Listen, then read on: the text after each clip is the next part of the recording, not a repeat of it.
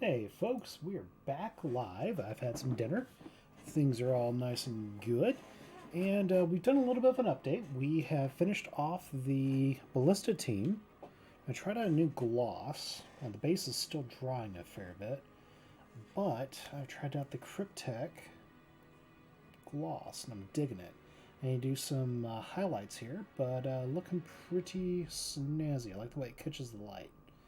But it's a nice contrast to the brass of the crossbow, or crossbow ballista. I can't speak today. We've also based both units that go with it, so it's looking pretty nice. The last guy here, the captain, wherever I'm calling him, with the sextant.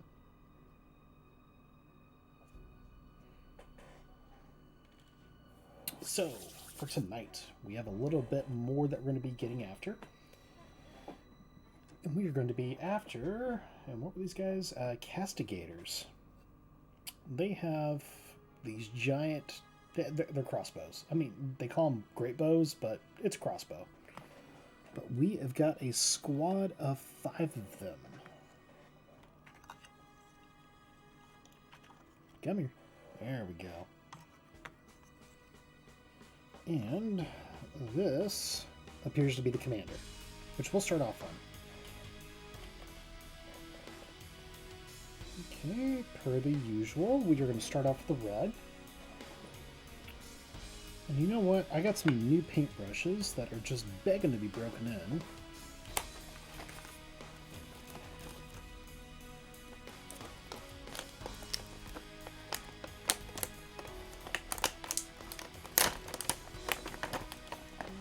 Okay.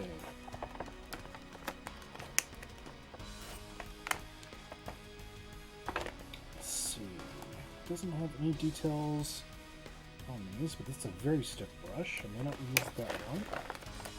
Right away. This one. Oh, wow. Oh, these are real hard brushes. Let's see how well they do with water.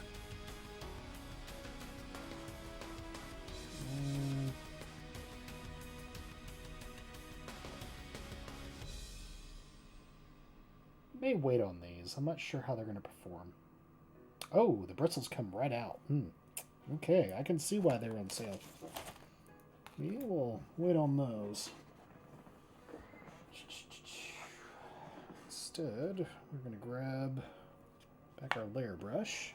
And I had another one over here I want to get back out.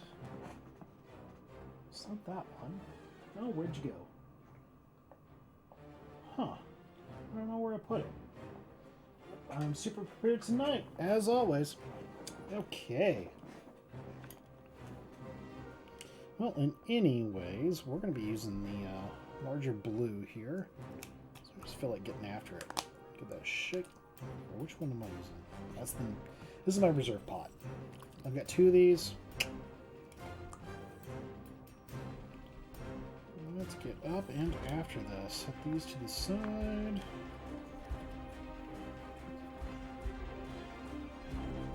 Get this brush back into shape. Oh, that got tightened up. Nice. Come on. The brush nice and sharp. That's what I want. One daggum hair just does not want to roll the right way. That's okay.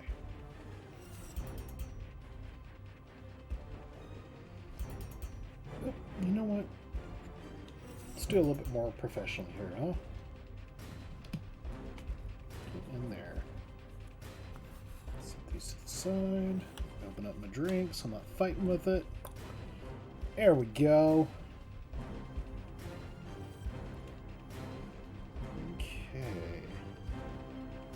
I'm going to make this a commander. I'll make that a brass lion.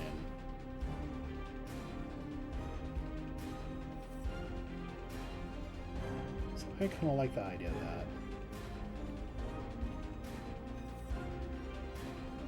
Howdy! How's it going?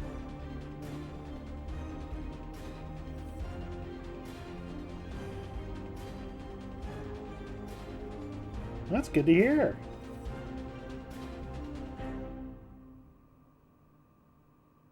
I am just chilling out tonight, painting some Stormcast Eternals from my Soul Wars box. Just have myself a good old time.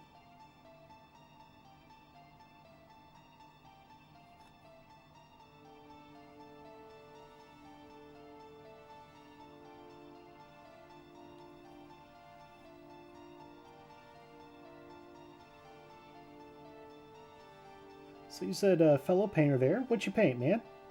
Or ma'am? I'm not sure.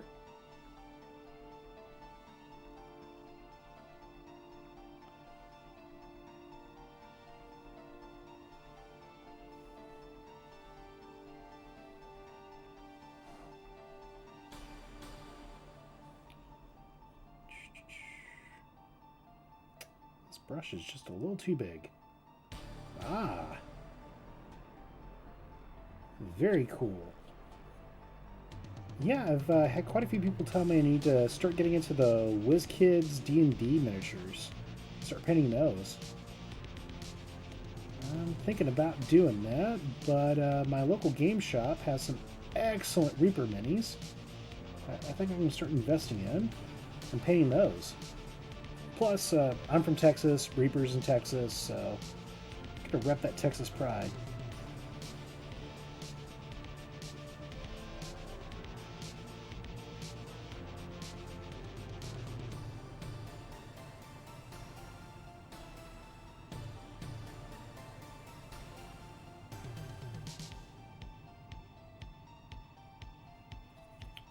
Okay, get that chess piece going. Boom.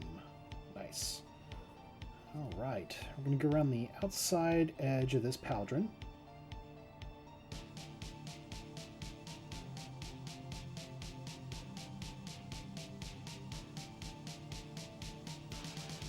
Try to keep this a little neat. Keep that just right there on that edge.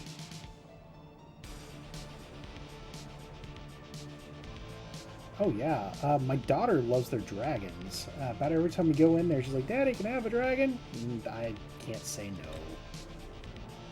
I mean, for the price, it's hard to beat for a couple bucks. And they're high quality minis.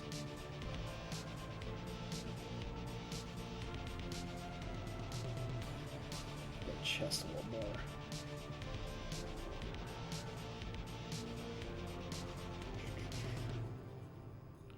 But yeah, if you want to see a little bit of a portfolio of my work, definitely check me out on Instagram with this same username here on Twitch. I paint a lot of Games Workshop stuff because I'm a Warhammer 40k nut. And, well, I say nut, I'm a lore nut. And I'm just now starting to get into the game and trying to paint.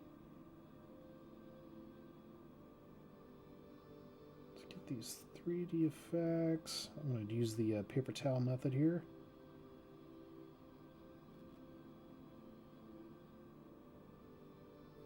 Okay, set that down. Get my drink off the paper towel. And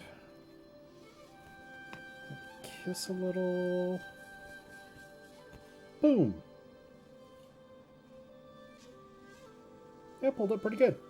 So, nice thing with doing that paper towel method I just did, you basically paint and then you just kind of dab it with your paper towel. It pulls off just enough. Got just a smidgen of this hammer I need to grab on the edge. Both sides. Oh, very cool. Age of Sigmar's pretty cool. I've yet to actually play a game, but then again, all the lockdowns and stuff make it pretty hard to get in there and do something. But Sigmar army's really cool. I've got this Stormcast Eternals with the Soul Wars box. My wife has claimed the Nagash Undead because she wants to do some really cool stuff with it. And I'm like, yeah, she's playing with stuff. And I've also got the Lumineth Lords, which are like super hippie elves that get really in tune with nature. I'm like, okay, I can deal with that. That's pretty cool. But all the factions in Age of Sigmar look pretty awesome. A buddy of mine's getting to the I think it's Ioneth Deepkin. They're like creepy water elves. But the reason why he's getting into them is because one of their bigger units is a freaking shark they ride. And that is hard to beat on the rule of cool factor. Okay, let's get down in there.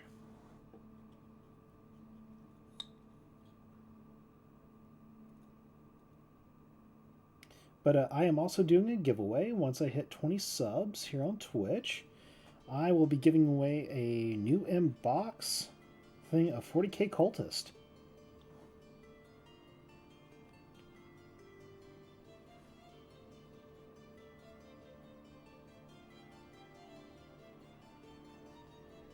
And that contest will be open to those who subscribe. So I'm encouraging anybody who stops by, hey, if you want to subscribe, go for it. There are things to be had with it. My brush is getting a little janky. Excuse me a moment. Been using this brush pretty aggressively the last couple weeks. So it might be time to get another set. There we go. It'll be alright. Just gotta reset it.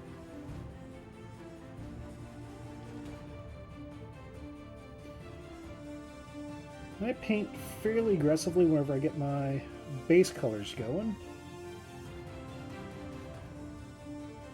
But cleanup process, I'm a lot neater. And I think my work shows that. This paintbrush is just getting bristles everywhere.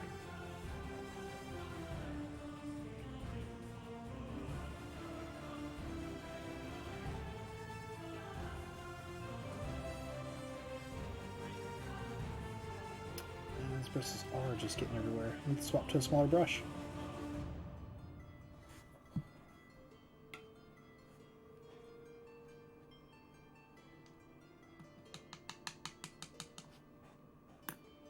Down, and we're going to swap back to the small layer brush.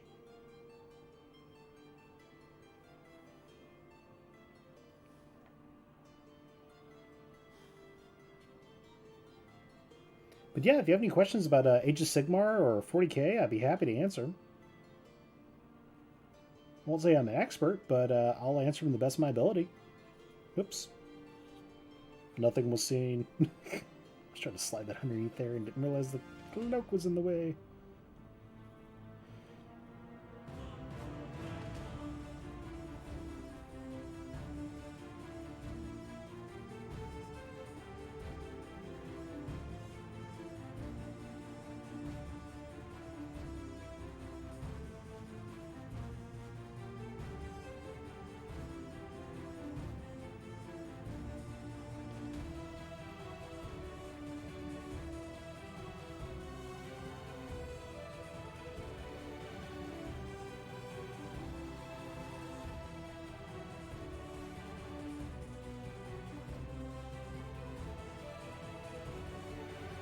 Oh, it's all good. I was just saying, if you had any questions about 40k or Warhammer Fantasy, I'll be happy to try to answer them to the best of my ability. I've got a fair bit more knowledge on 40k than I do Age of Sigmar stuff. But I'm always happy to talk with folks. And I was also mentioning that I do have a, I won't say, well, it's a giveaway. I won't say it's so much a contest. But once I reach 20 subs here on Twitch, I'll be giving away a new M-Box cultist set. Or new M-Box cultist. The subs are basically there to basically pay for the shipping, because I will be insuring it to make sure the recipient gets it. Because I've tried to send things before without insuring it, and they didn't get it, and the Postal Service did not care. I was very unhappy. There we go. We're doing pretty good. Alright. Let's add a touch more red here. And ready to move on to the brass.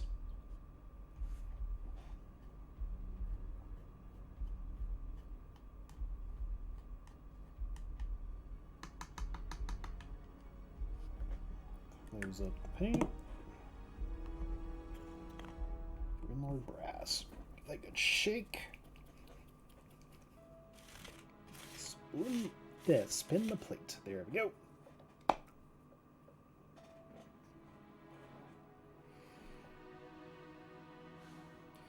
And goop some on here.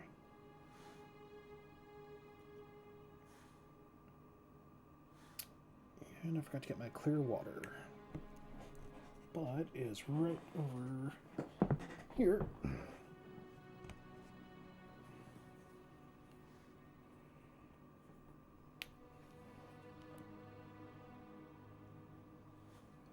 Just a smidgen of water with this pink flow.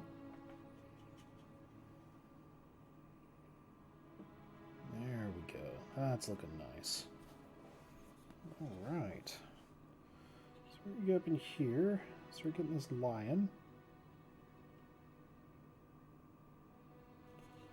I'm using a pretty thin coat of paint. Maybe a little too thin because it is runny. A few oopses I'm going to need to fix near the edge of that pauldron.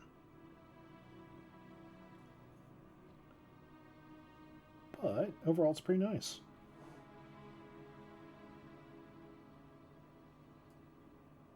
So hopefully you had a very good holiday season.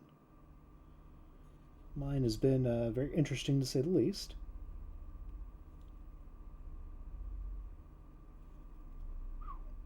That lion is just looking great.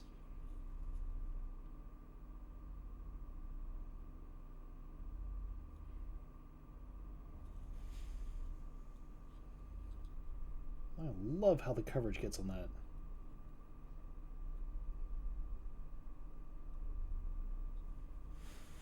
Alright, get that going. I'm going to get the crest here. The helmet.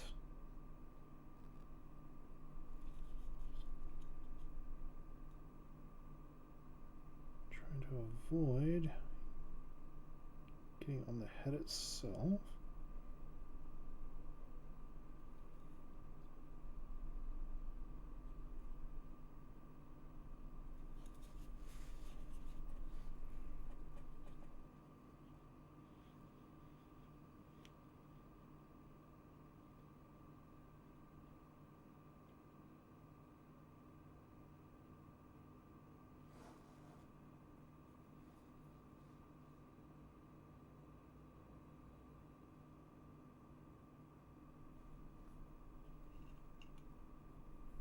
Just gonna have to paint over that, but that is okay.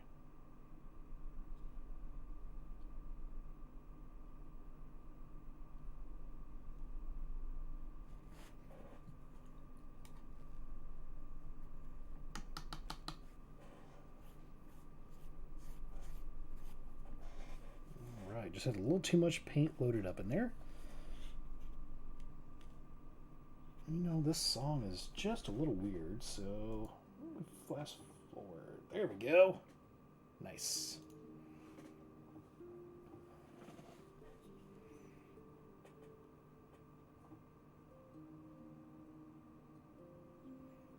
Get on this nice little pauldron.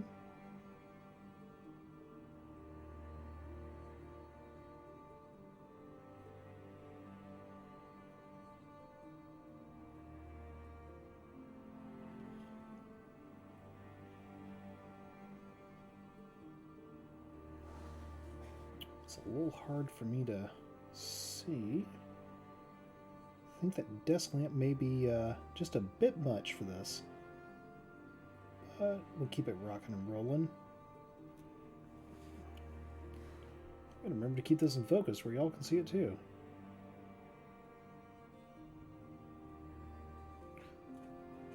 That is a tight little area to paint in. But it is fun. One of the things I do enjoy about these Citadel miniatures is the variety of poses that all of them have. There's very few that just come in a box of, oh, they're all the same. We're going to have little differences in them, whether it be stancing, the equipment they're carrying, just small things. I think the most different ones I see are the orcs. Everything from good luck charms to all sorts of just random stuff. And some of the conversions that folks do are just mind-blowingly good. Cool. I forgot to color that guy's arm. Well, we'll get to that, because there's some touch-up places I gotta get going too. Alright, crossbow time. We are going to make this bronze, or brass.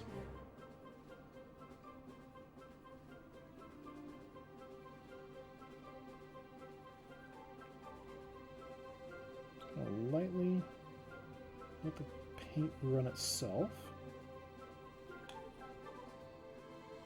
Just let the brush kind of do its thing.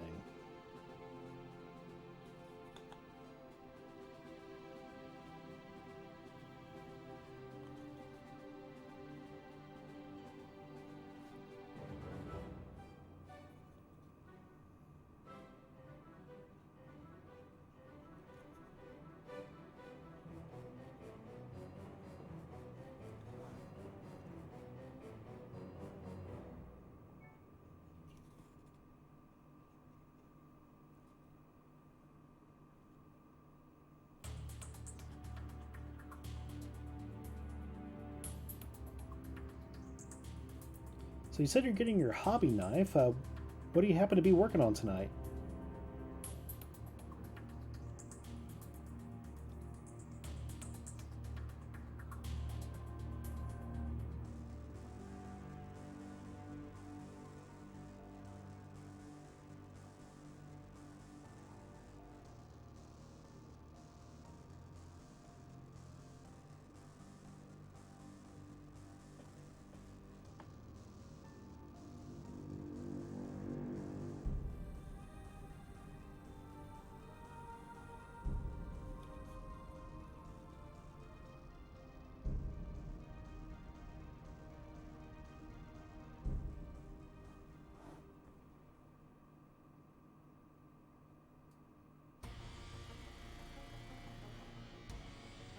Ah, very cool.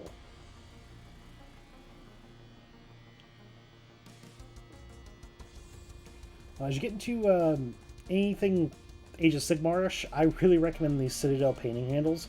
I like the fat ones because I have big hands, and the new versions are, I don't like them. But they fit a lot of different sizes. In fact, this one's for 3 different sizes of Citadel bases. But excellent, absolutely fantastic little holders.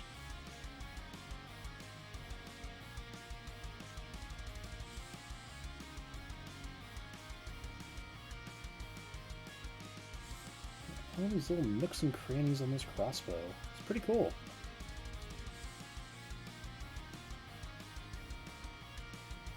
Oh, okay.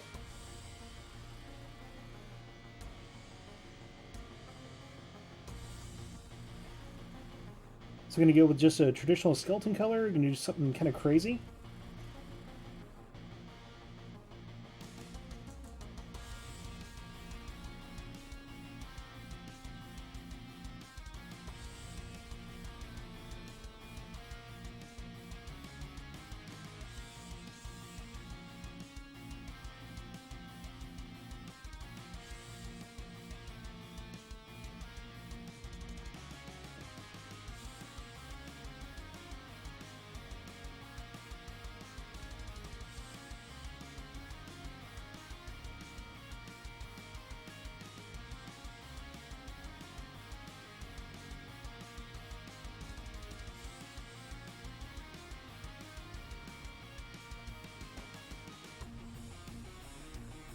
Cool.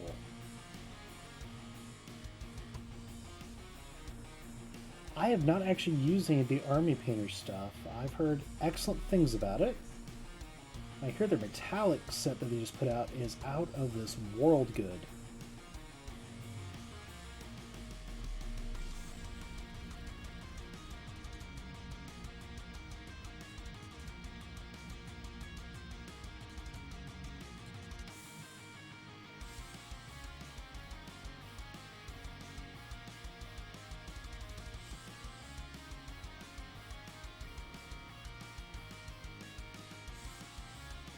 Alright. It's looking like a pretty good crossbow right there, if you ask me. Okay, go back and fix his hand. Alright, since we're already working on the brass, let's go in here and get this flanged mace torch thing. I don't know what that actually is. I'll have to go get the war scroll.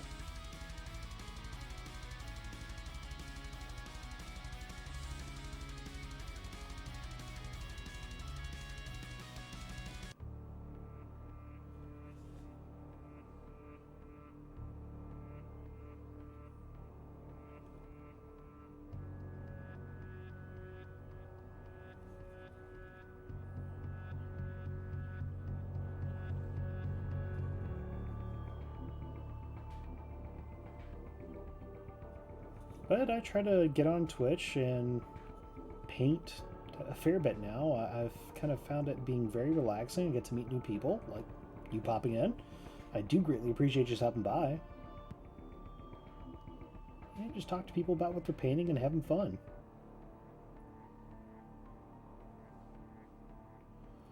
I will also be just throwing out some generalistic terms, but that's mostly for folks that watch this on YouTube, because I export all my streams over there, just in case anybody ever wanted to go see them.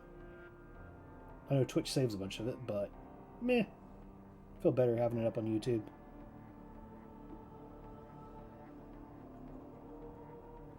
A little bit of a reassurance.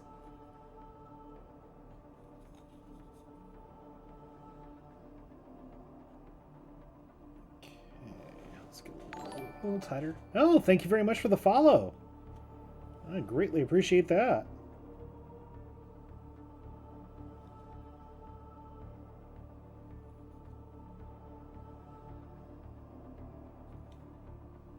All right.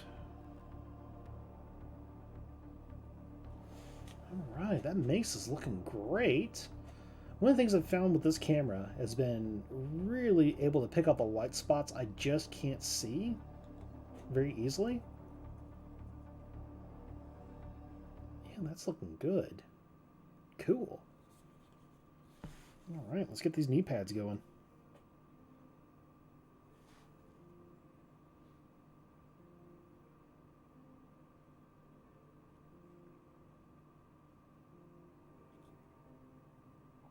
But yeah, I just like to hang out, chill, talk to people. I have a few in real life friends that pop in every once in a while. So if you see a streamer by the name of Vanilla Hush stop by, she is a good friend of mine. Her husband actually does this same thing over on Facebook with his channel Manny Plays Games.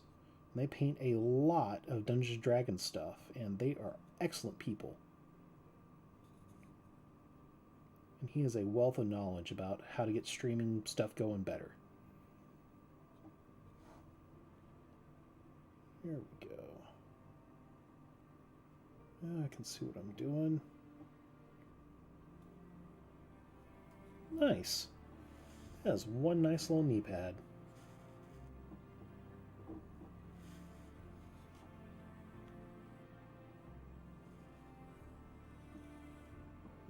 Okay. Now, if you haven't had a chance yet, I would highly recommend getting some Turbo Dark paints. I've been playing with their color shifts for a little bit, and some of their metallics, and they have just been mind-blowingly good. In fact, I actually use one of their color shifts for this army. I mix it with lead belcher, so I get a nice effect going on it.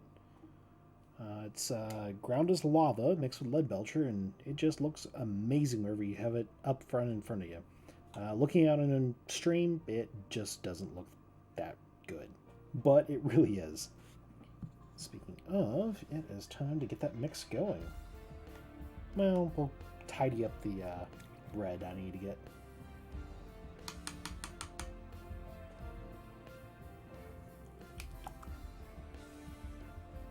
There we go. On the brush. the red area. And if you hadn't had a chance, the Citadel Paint's contrast colors are pretty dang good. The only criticism I have of them is that sometimes they go on a really nice shade, but as it dries, it comes off very light.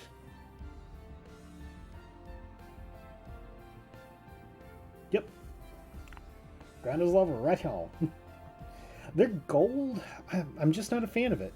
I just don't think it works better than some other golds. In fact, my new favorite gold is one from Walmart's Felcart brand. I guess it's theirs. Yeah. This stuff. Whole bottle, $2. It is crazy how much paint you get out of this stuff. And for $2, it goes on really well. It does not have any major issues. I will say that some of them I've tried really have to water down. And I mean regressively water down. Okay, I think the red is... Oh, arm. Stop forgetting to do his arm. Come on.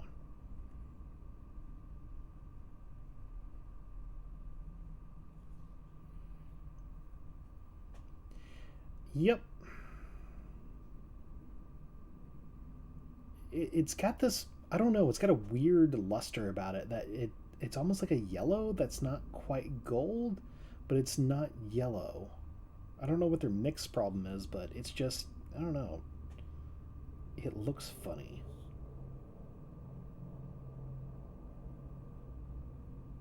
Get here in between these little fingers.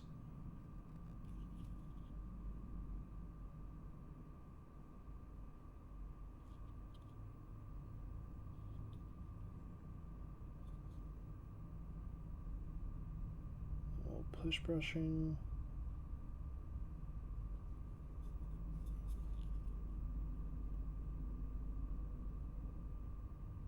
There we go. Get his arm all fixed up.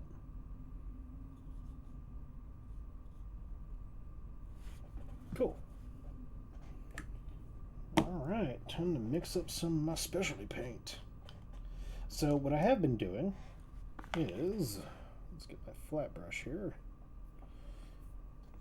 Oh, that needs to be washed out a little more.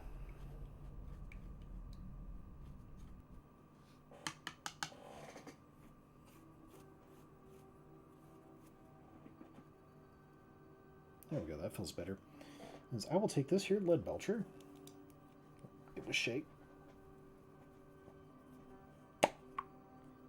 I'll take a couple globs, put it down here.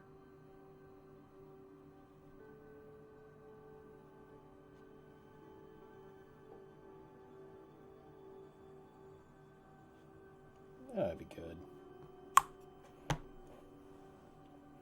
That, and mix this up.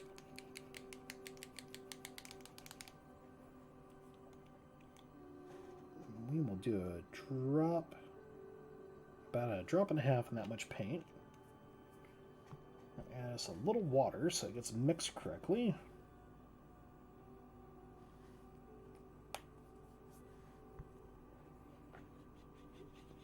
Now, when I paint on this darker lead belcher, it's going to have this almost color shift effect into it. And almost comes off like an alloy paint.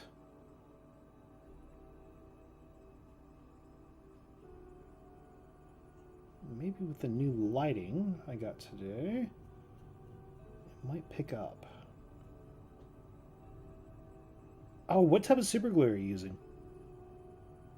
Because sometimes Games Workshop stuff does not like working with certain types. Oh,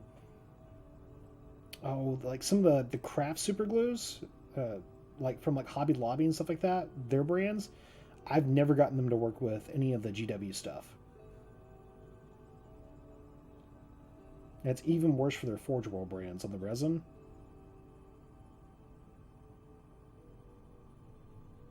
And I know GW has plastic glue that they put on their stuff. I actually prefer using Loctite super glue. This stuff flows. I mean, you got to be super careful because it will glue just dang near anything to anything, and you got to be quick on making sure you get the I don't want to call it a weld, but it really is a weld. Just set really quick, about a 10-second hold, and boom, it's there. It's gonna stay. That and for $3 at Walmart, yeah, I can go for that. Okay, got a little reliquary there. Oh man. So unfortunately, if it's hobby store, see if it's super glue or if it's plastic glue. Because if it's just regular old super glue, it may not actually hold.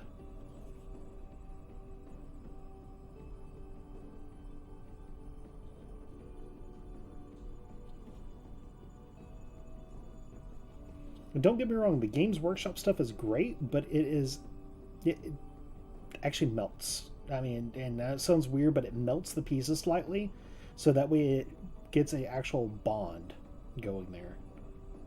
I just don't particularly like it in case I've made an oopsie whoopsie. That's why I like using the Loctite, so I have a few seconds I can actually break that bond if I need to. And if I notice something later on, I can always heat it up a little using I like the hot butter knife method. Of just getting boiling water, dipping a hot butter knife down in there, and just putting it up to the area. And I can generally pop a weld with Loctite pretty easily that way.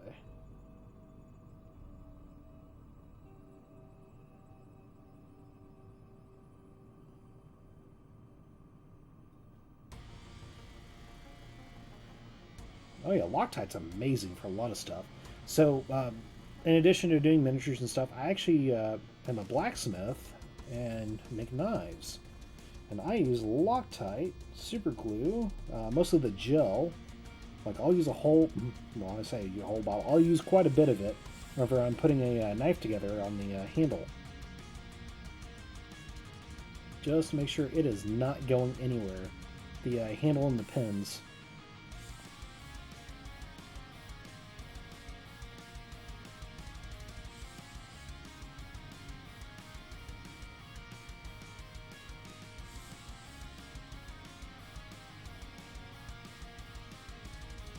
My eventual goals is to actually do a live stream of blacksmithing. But I've recently had eye surgery. The doctor was like, yeah, I don't want you doing that for a while. So, gonna be more miniatures.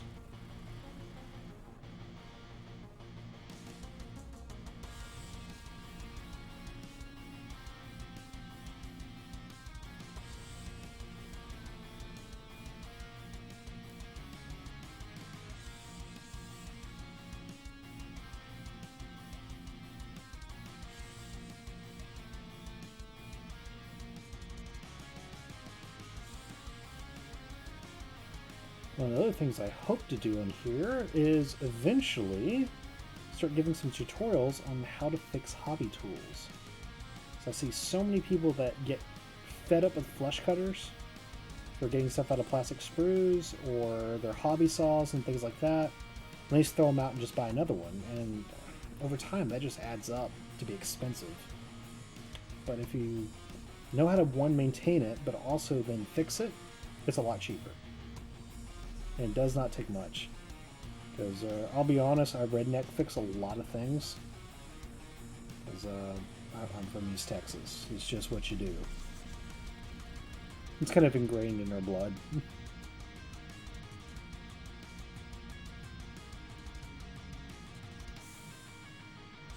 get this little bit of hair down there. Got a little smidgen on there. That's alright. Cool, we got that.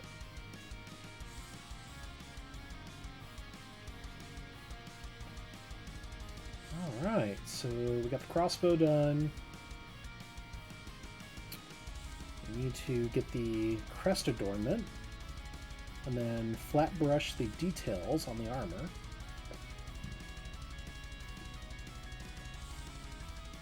And it's still a little wet. Give that a little bit of a chance to dry up. So in the meantime, grab... we need to do Blood Angel on it first.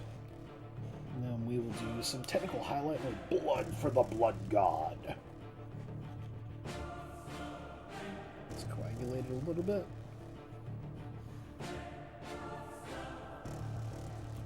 Alright.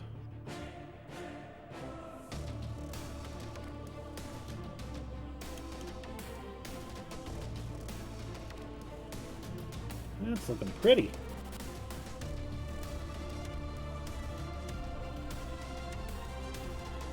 Just a little groove there. There we go.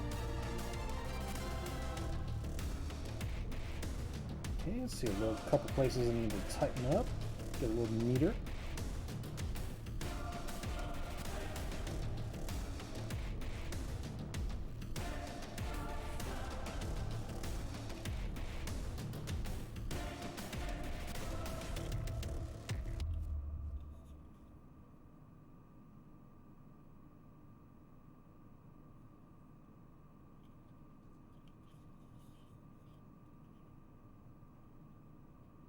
Alright, that's looking pretty good.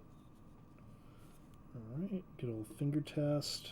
Still a little wet. Give it a few seconds here.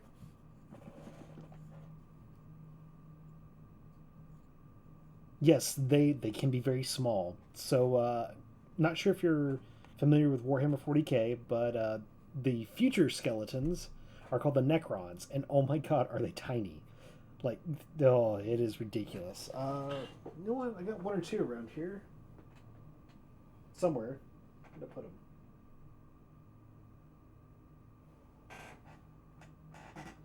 them.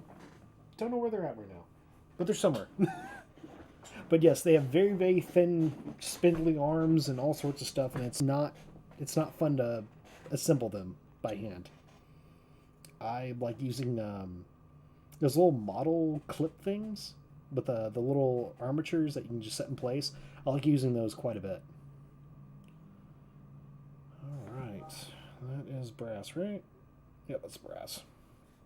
We should be dry enough on the model.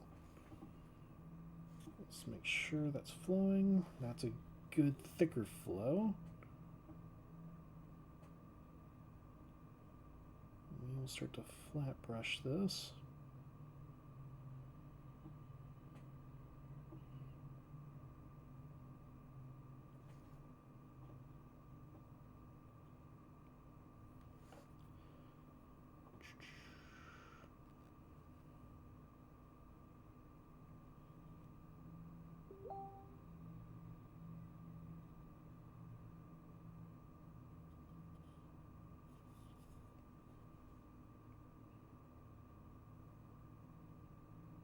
Some of these little details here. Bronzed up. I am digging that contrast of it. It's a little harder to see on camera, but whenever I take pictures of them up on Instagram, much easier to see. And it's somebody pinging me. Check, see what's going on.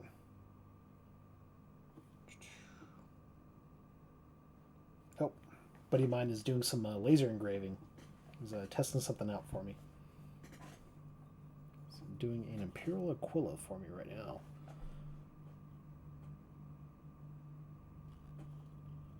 Okay, so there's this neat little thing on the back. I have no idea what that is, but it looks really cool.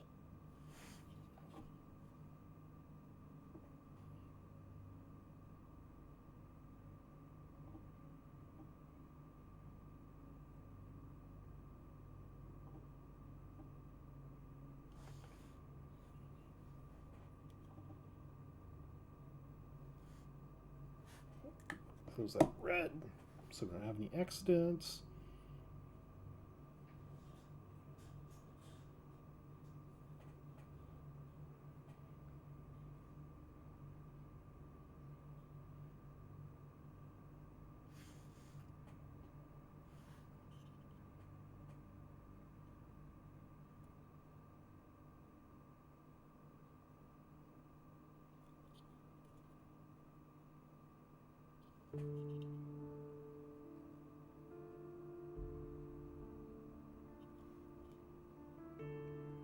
Alright, that's looking pretty cool.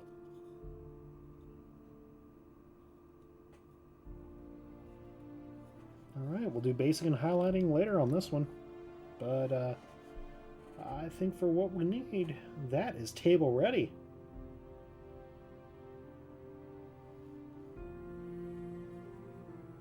Yeah, it's looking great. Cool. Yep. On. Thank you. Okay, that's one down. 4 more to go. Heck yeah. We don't have a whole lot we'd have to do after that, so it's going to be nice. Which one do I want to do? Now they're all basically the same.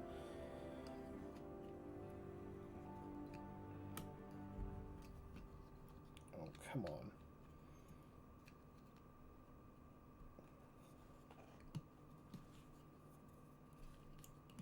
There we go. That's better. Okay.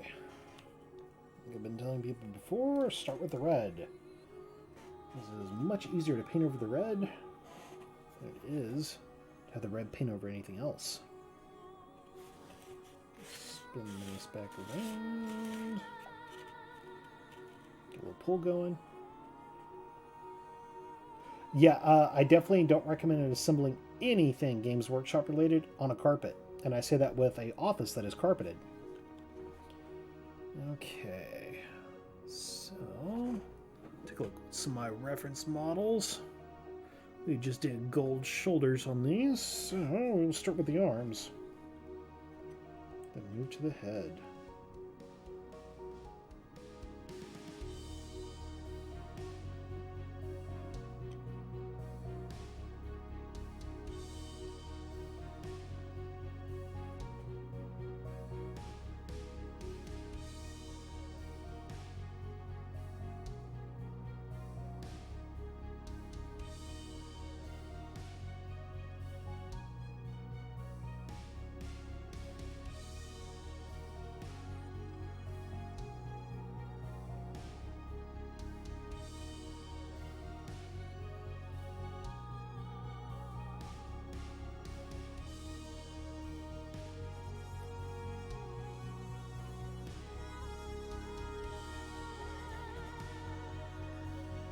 It's looking pretty good on an arm.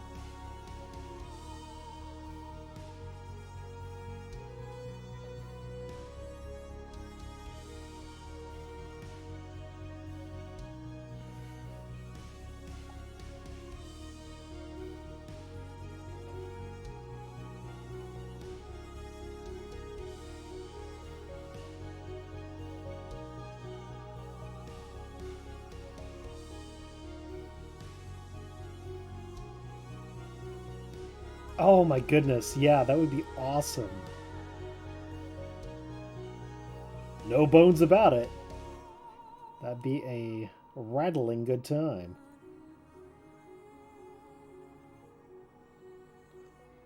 If you can't tell, I like puns and play on words and all that jazz, and I'm banned from several classes with my gaming group. Mostly because I make horrible, horrible jokes. They told me me playing a druid was just unbearable.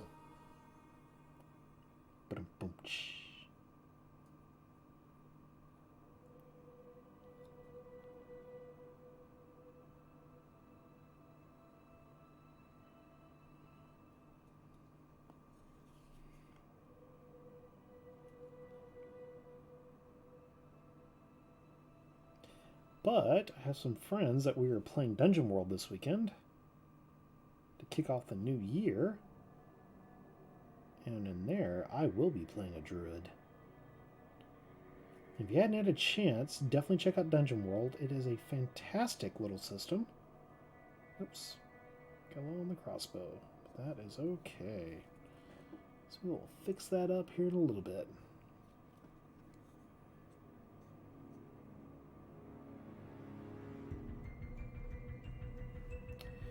think for these guys, since they are not officers, I'm going to make their crossbow not bronze.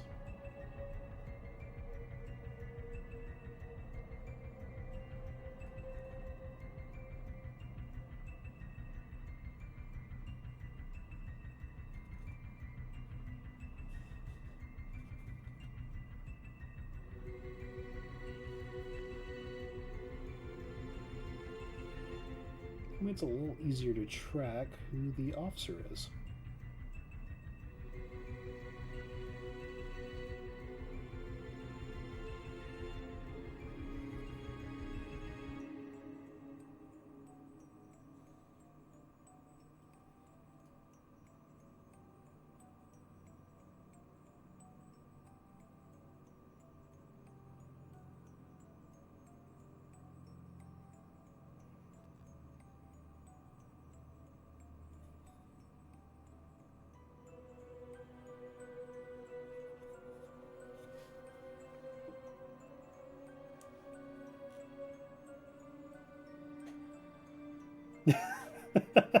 Hey, it's totally doable.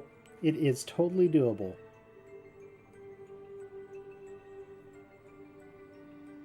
You can make the lore up that they keep their heads off as a fear tactic to upset their enemies, and when they need to get a better sight on something, they'll kick their own heads.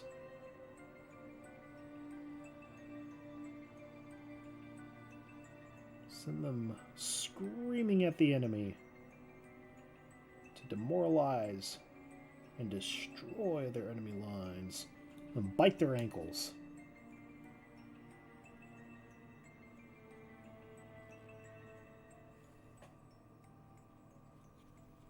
Honestly, if you're not playing in a tournament, just about anything can go. As long as the other player agrees, or the local game shop is like, yeah, we'll let that in our tournament.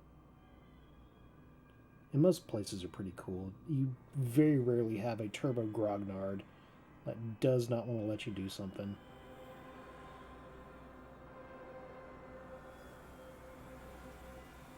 Ooh, got that. It's gonna be nice.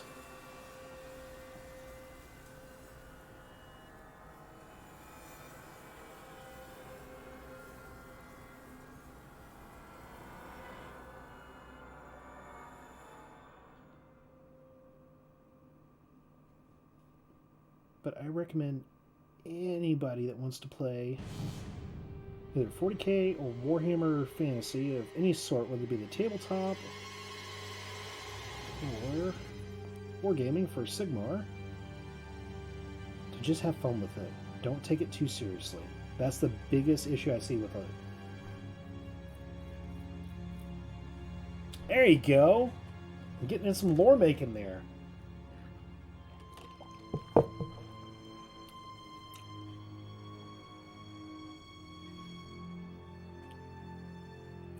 So you have to have a warlord for your deployment. And depending on who your warlord is, that's what you can make it going on as.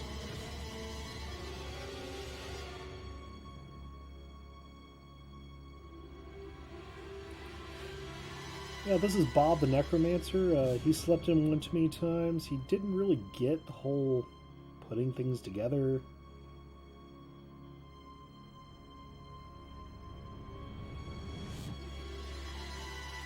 I will say, the Age of Sigmar lore is pretty cool. More learning about it.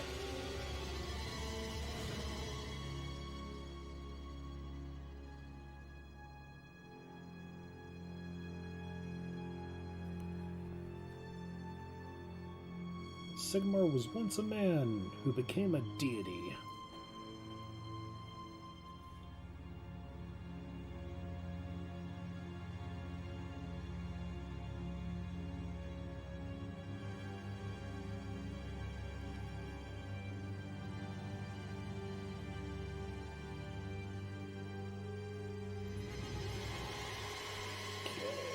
This music is shrill and annoying me.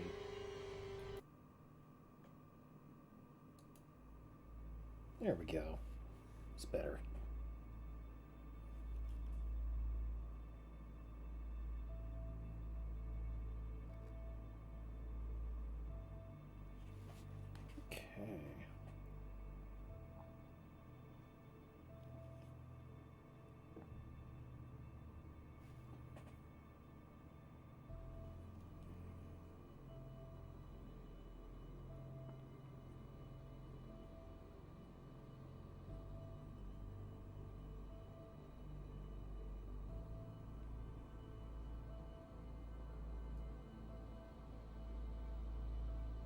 Oh, and you mentioned that you paint a lot of fancy stuff. I have got to throw a big shout out to a friend of mine's little business. He does a monthly kind of Patreon box for. He's got a little side gig called the Lazy Goblin. He prints out a lot of really cool stuff. We even have our own little sharing group that we share this stuff out, and he streams as well here on Twitch. He is a pretty cool dude. He also has a podcast that I cannot remember for the life of me at the moment what it is, but they talk about anything and everything D&D and fantasy role-playing wise. So if that is your jam, I recommend going to check them out.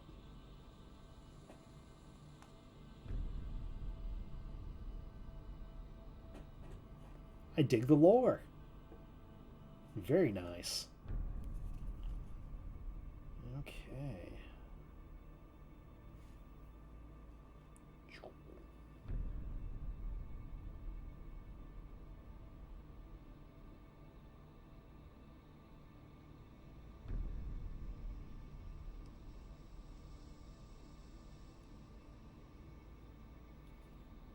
Okay, I think we got everything that needs to be read. Well, let's get these.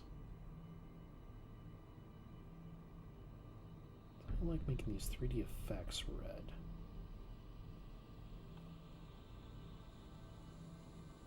Oh, they stand out against the bronze.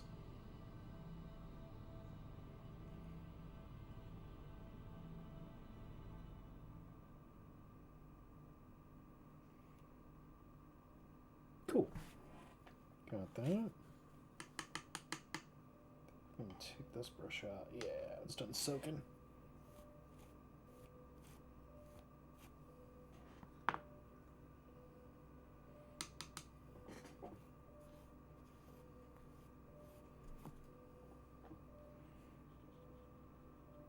That needs some more water.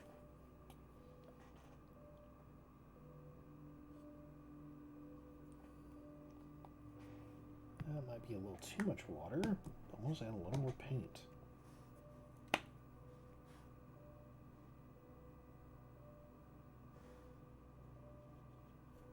There we go.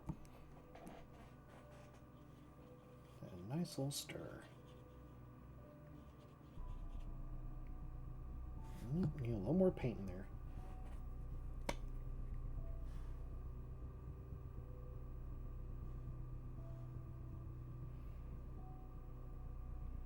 Yeah, Lazy Goblin's a pretty good group of folks. Got a nice little side gig going.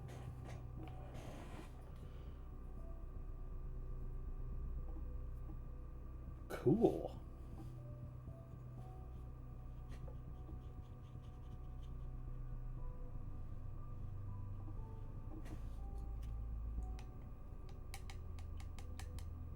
I was gonna say, depending on kind of your style there, excuse me, and if you have access to a 3D printer, I would say kind of look at the off-brand Demons of Nurgle, because they may fit your idea of gluttony. You may not paint them exactly as the Demons of Nurgle normally are, but they are pretty atrocious.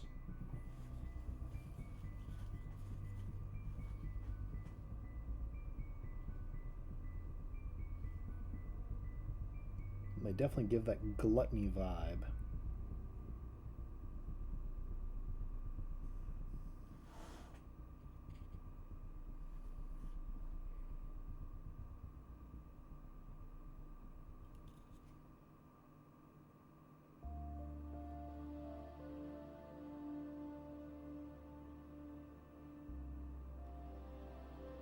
You may also look at the, depending on how you define gluttony, the Daemons of Slaanesh. So they are gluttonous in the excess of all things, all the finer pleasures in life, whether it be drink, dancing, music, love, hatred. Any of these things can be corrupted by Slaanesh.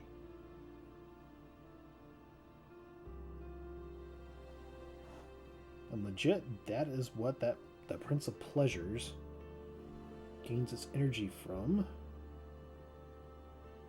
It's just mortals enjoying in excess.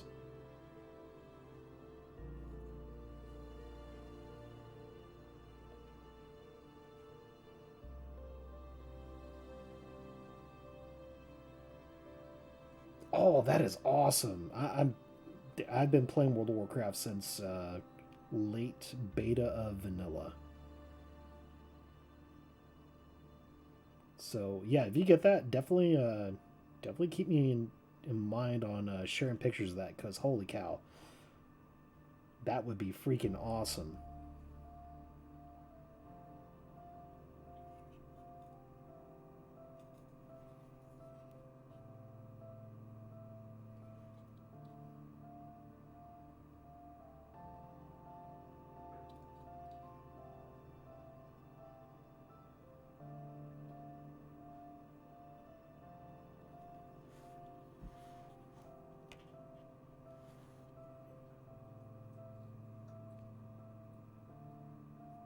Alright, getting the underside of these pauldrons.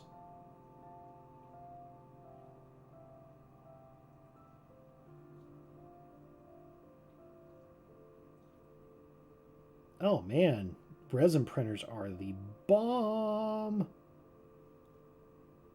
I really want to get one eventually.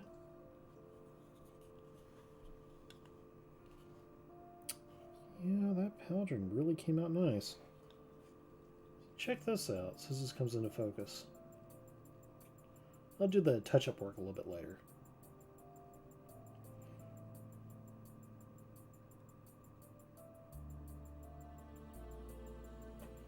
Pretty stoked, that's nice. I'm happy with that.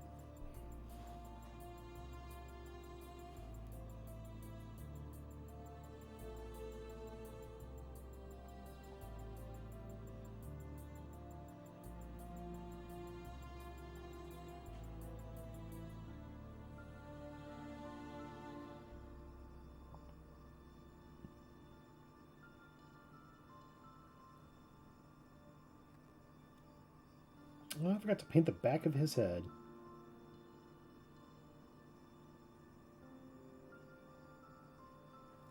I will need to do that real quick.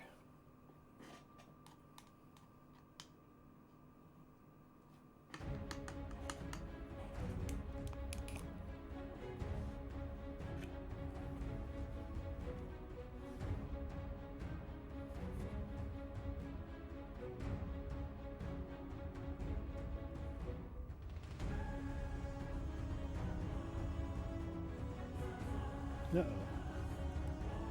No, I'll have to fix that piece later. That will be all right. Okay, it's going all right. That's why we're just doing base coats right now. Not worried about getting finer details. We're just making these guys table ready. And then we'll make them parade ready. And I might try to do them as a showcase.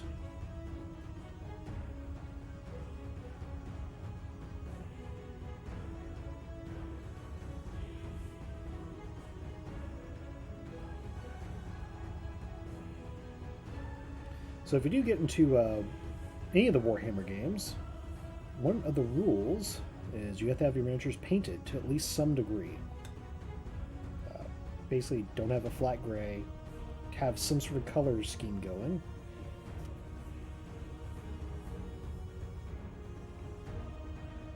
So it does help differentiate things, but also makes for a very nice play experience. On top of that, if you're playing in a tournament setting, you actually get points for it.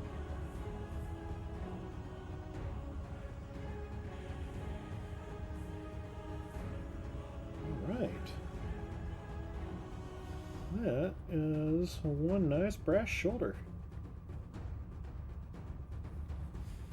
So, what I am doing with this army is that they are souls that were intended to go to Khorne, the god of war, hatred, and anger. But before he could claim their souls, they were pulled away by Sigmar, to deny his enemy the pride of having these soldiers serving him. For they will not serve the blood god in his skull throne. It will be the pride of the chamber of the bloody anvil.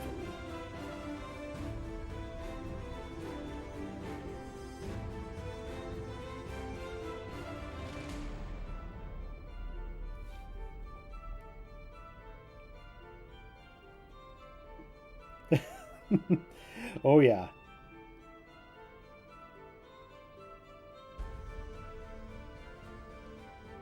Yeah, my pile of shame currently consists of quite a few Tau that not start collecting the Lumineth Lords and a Knight Valiant, so I am knocking this out. My goal is, before I have to go back to work, set the Stormcast Eternals table ready. And then I might spiff them up a little bit more.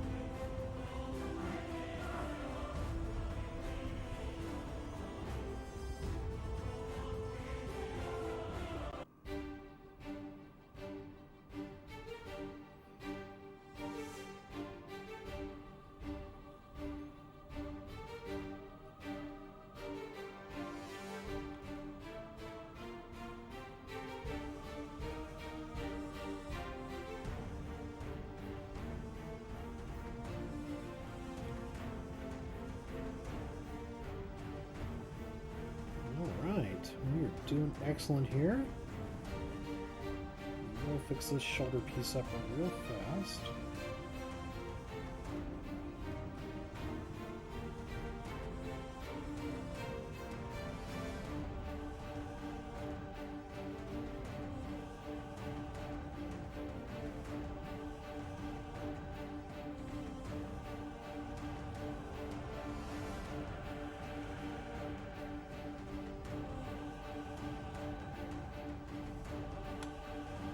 Check on camera. Oh yeah, that cleaned up really nice. Cool. Alright. Gosh. Washing. How are we doing? We still got paint. It's a little goopy. Oh yeah?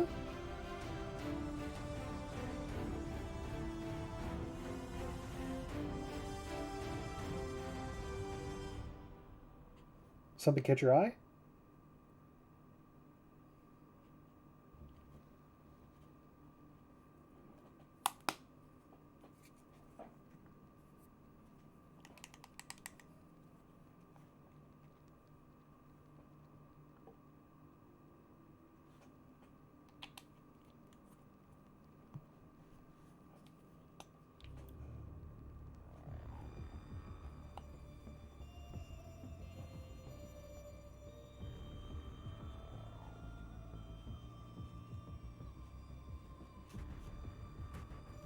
Oh, gotcha.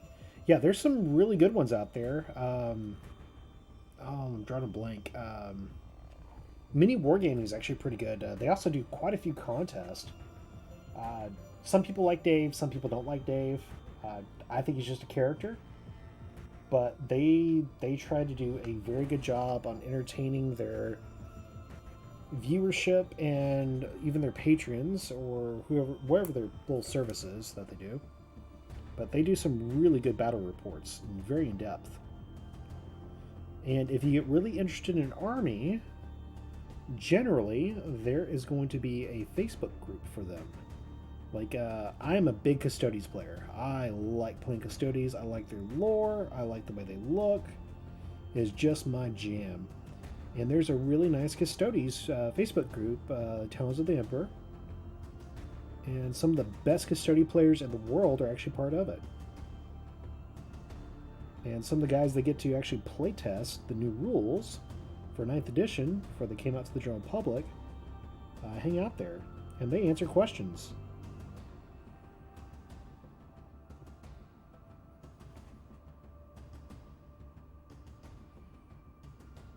And what's really cool, as neckbeard as this hobby can be, negative folks do not last. they get shunned pretty dang quickly. I think our only problem we've had recently is just spammers getting in the group. That's been... ugh. I know the admin's been working on that. But I highly encourage you to check out a group if you find an army you particularly like, because they can be a extremely nice resource for you. Especially if you have questions of, I want to do this, is that possible? And they may tell you, yeah, it's possible. It's not competitive, but it's possible. And if you don't care about competition, cool. And they may give you some suggestions on, hey, instead of that, try XYZ. Okay, let me thin this out in the back a little. Got a little chunkier than I would like.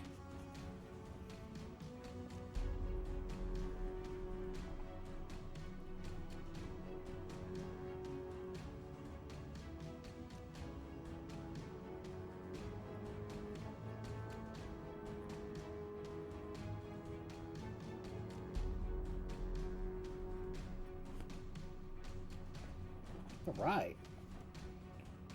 Oh, yeah. Dude, don't worry about legal armies unless you're actually going to a tournament. If it's... we like to call it beer hammer. If you're just playing a game with some friends, just play a game with some friends, even if it doesn't completely add up in the rules.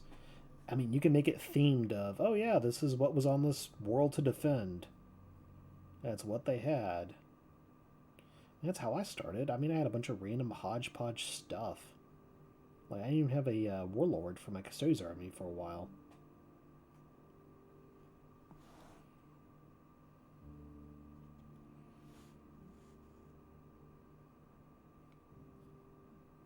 Had like 3 guard squads and a dread. It wasn't even a good dread. But I have since improved my army, and I'm sitting at about 2,300 points or so, give or take. I have to recalculate it since the new edition came out.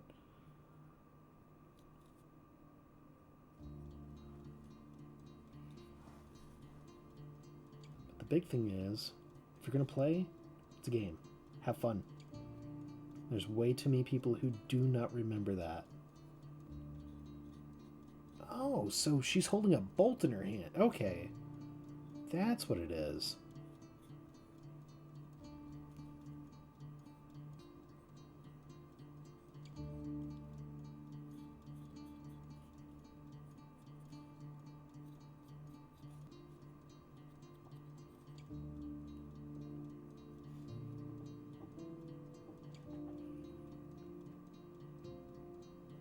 Ooh. So you think about making a demonic force, or you're thinking about doing a undead force?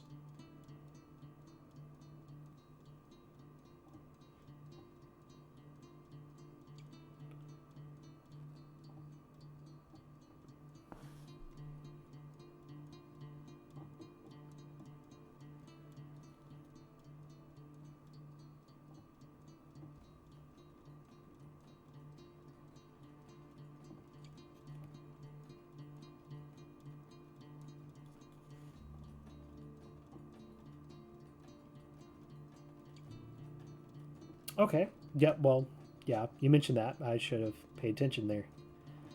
Alright. I would say that is a definite way to start. Definitely look at some of the demons of Tzeentch, because they definitely have that vibe in some ways, as well as some of the demons of Slaanesh.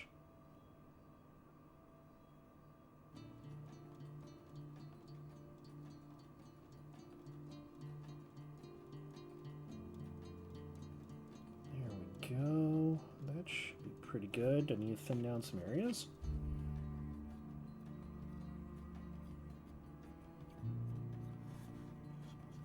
All I'm doing at this point, for those watching, is I get a little too much paint in here, like it's just running and just staying on there. I'll just get my brush a little drier, just wiping it off somewhere. And let's run the brush. And pick up just a little bit of paint, but just enough to make the piece look a lot nicer.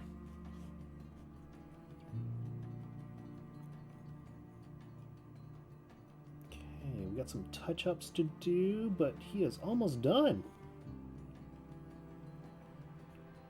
Cool.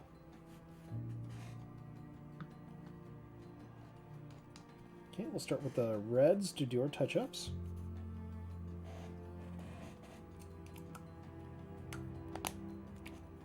But yeah, Demons of Tzeentch, they will definitely fulfill that Eldritch kind of appeal.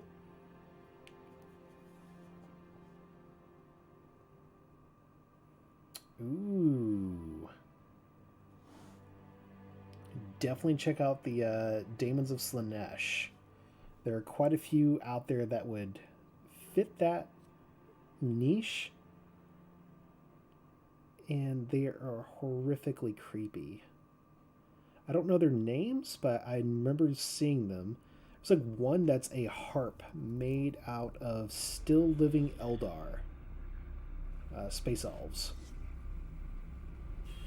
And it's a demon just playing this harp, and it's like, oh, that's creepy.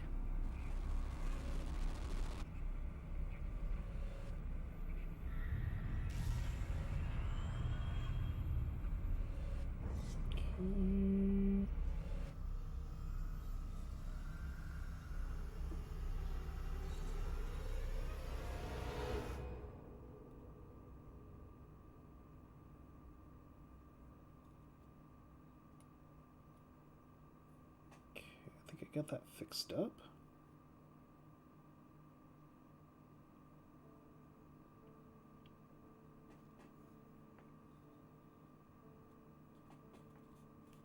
Oh yeah.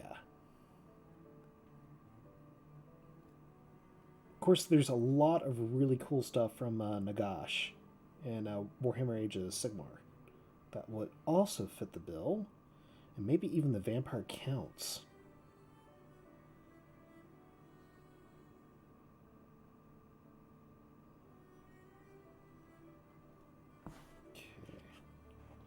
Jank in there, but we're good. Okay, we need just a little bronze work. And I think we're almost golden.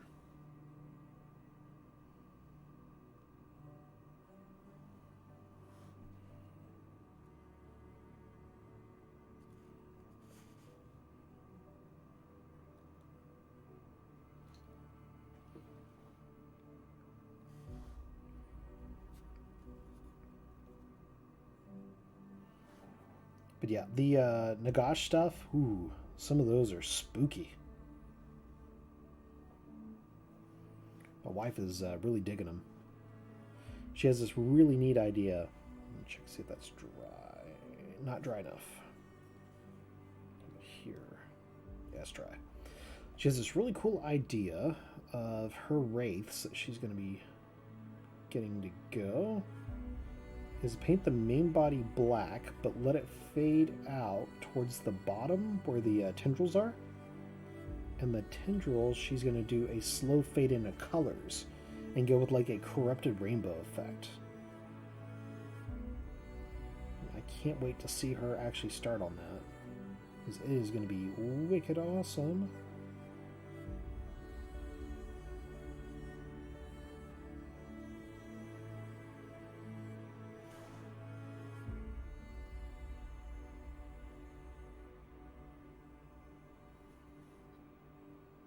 Toss a link. I'm interested in seeing it.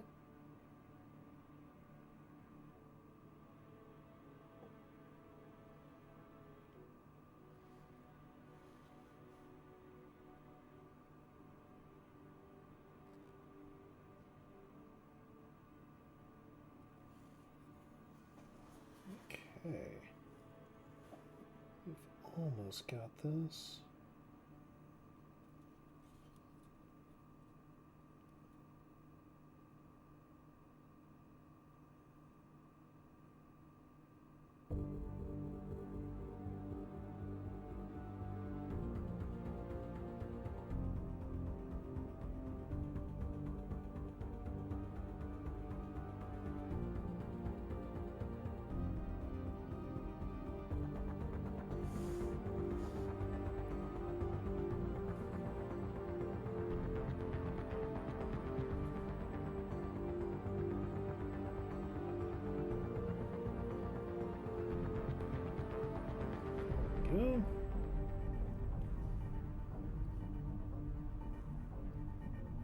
Still feels a little too much to get paint on there. Yeah, we're good.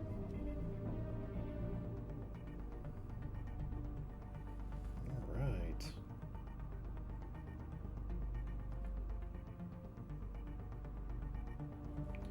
Get this brassed up a little.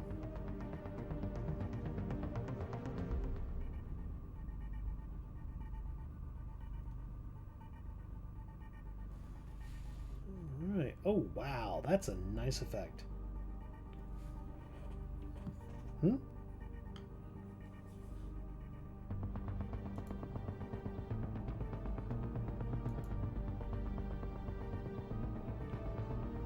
what's up? Oh, is it being dumb and not letting you post links? Oh, yeah, it may be a setting I have to go fix later. Feel free to shoot to me in a message here on Twitch.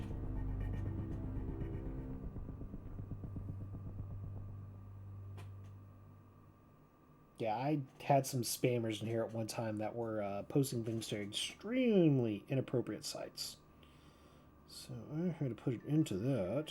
So I try to be a little family friendly.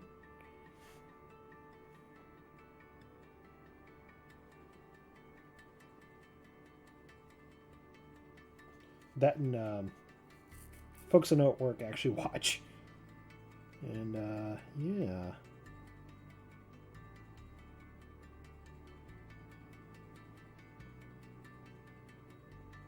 Not be good to have that kind of stuff going. Alright, I am going to paint the armor pieces on this bow.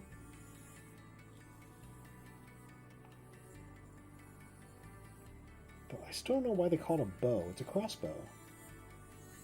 They call it a great bow.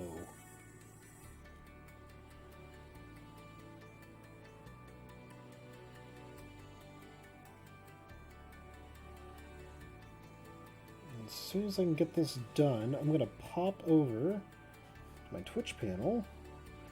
I'm going to check that link out.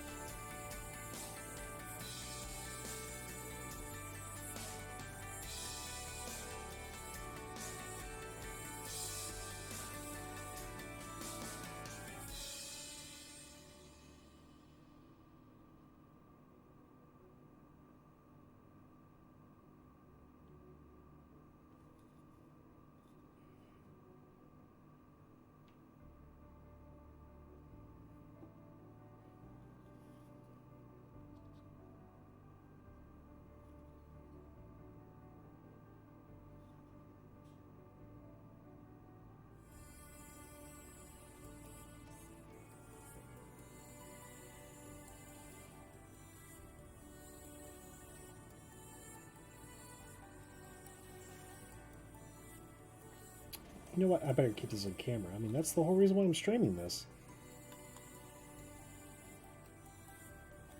Got way too focused and just absorbed in it.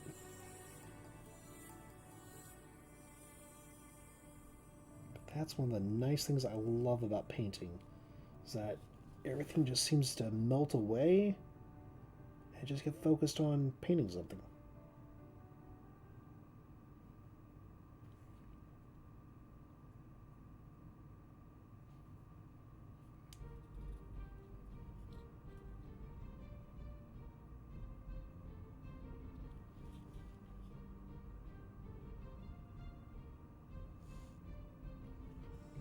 Got these little ends to do.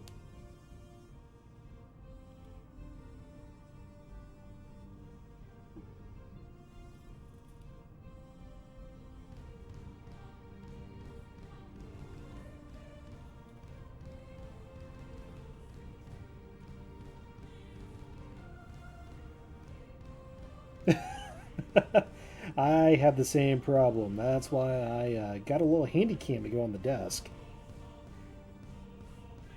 I turned off my Razer Keo that I normally use for when I stream games.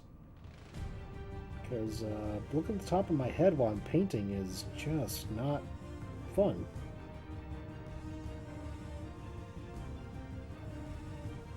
Alright, I'm probably going to have to turn off this desk lamp in order to show this off.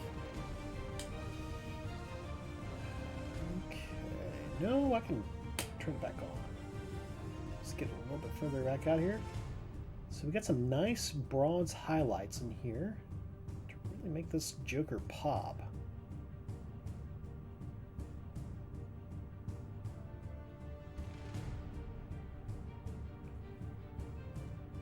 Oh yeah, that's looking nice.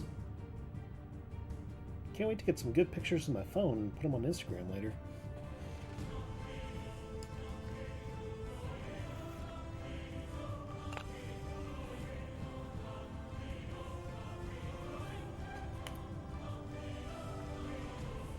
Oh, yeah, I'm terrible about, like, bringing it in and, like, put it right up to my face. It's weird. So I had LASIK surgery back in October, and now I'm farsighted. It's been 33 years as nearsighted as a bat, and now I'm farsighted. It's weird. It's a bad habit. Here we go. And we begin once again. The next Castigator.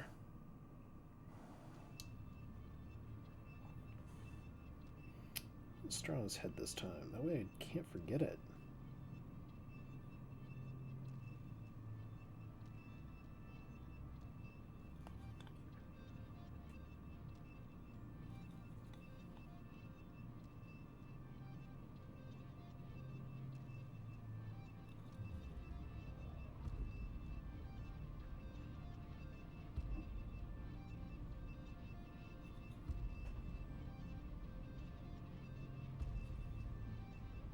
Get this interior.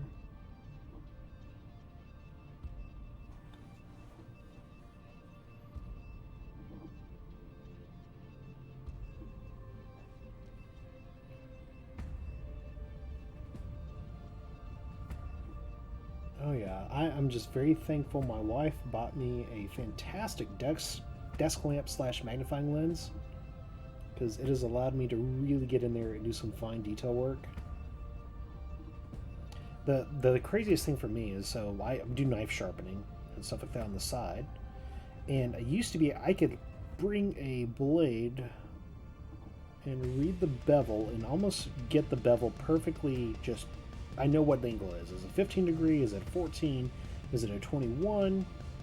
And just eyeball it. Just boom, done. Now I can't do it.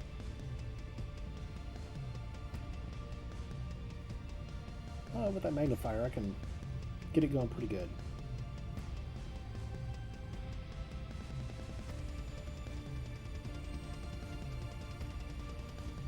Alright, cut and there's that little groove. Get his finger painted.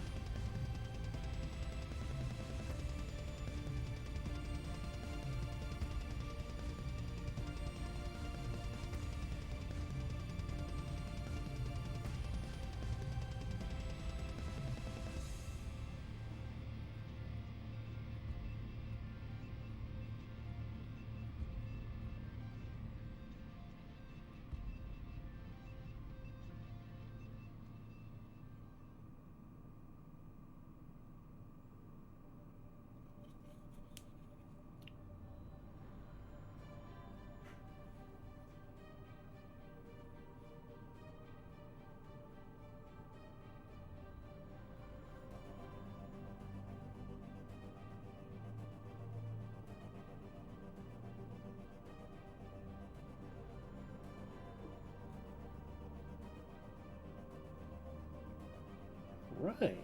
It's a nice looking arm. Doing okay.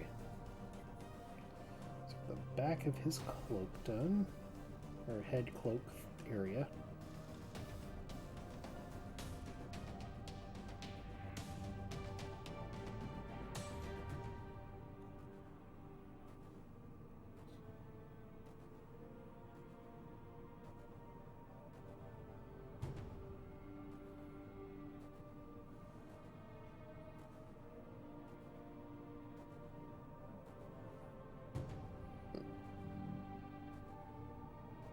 Excuse me.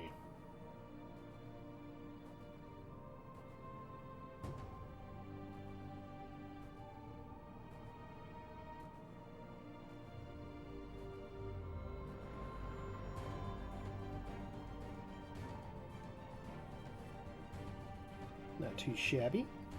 Go and get this little prayer thing.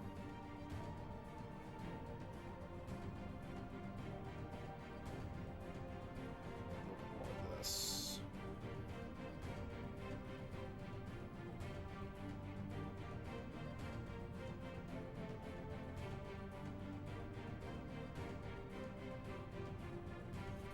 Cool.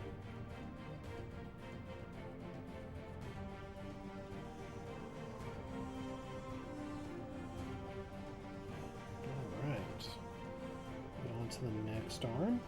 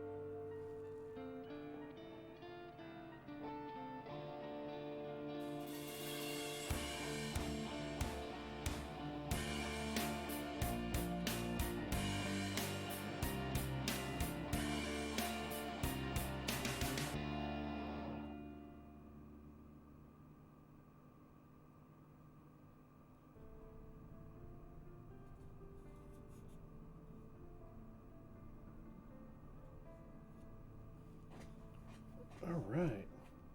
Wow, we already been painting for an hour and a half. Doing pretty good. Got 2 done.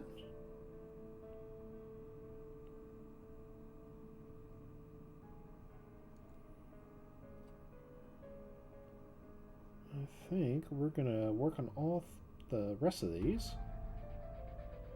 Keep going until that is done. Power on through.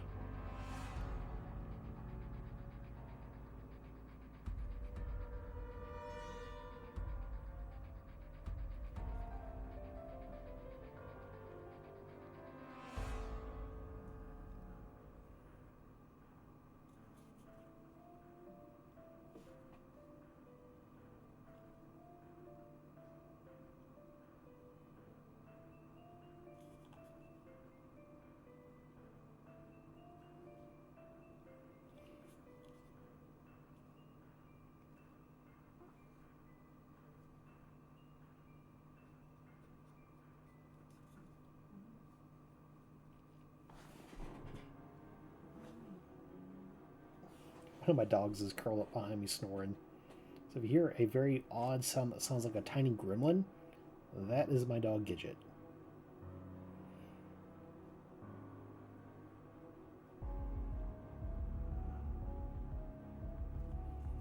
Because she is indeed a tiny gremlin.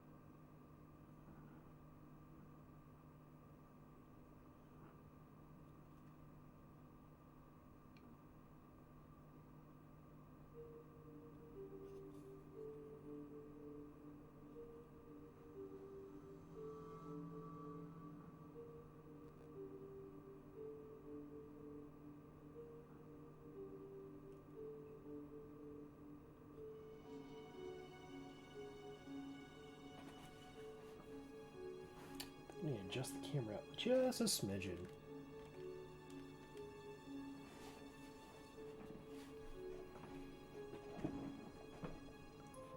Dang featureless cone so I can start the Cthulhu model, but can't find any. How's dang cone? I have no idea.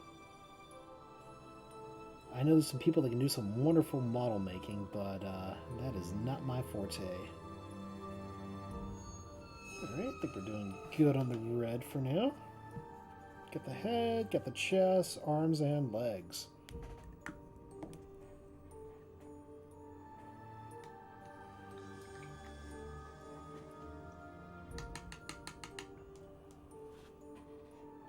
Oh, I forgot to do the 3D thing.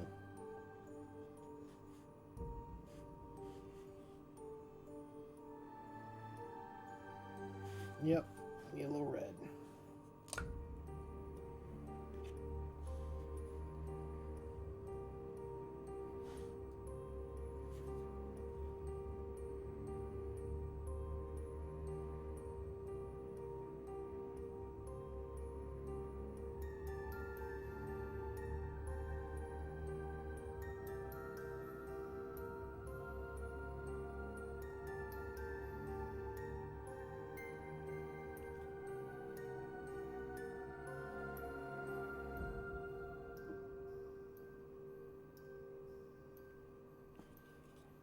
Alright, paper towel trick. Boom.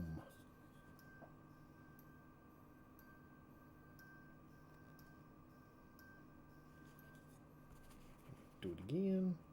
There are. Oh, I hate this one. There we go.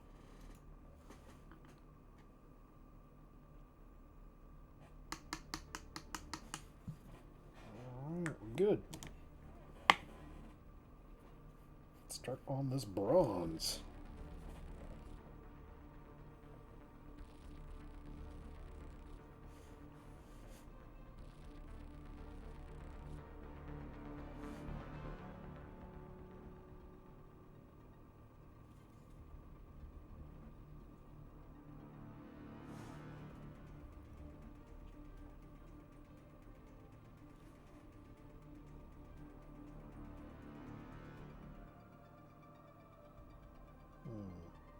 Need to add a little water to this. It has gotten a little thicker than what it needs to be.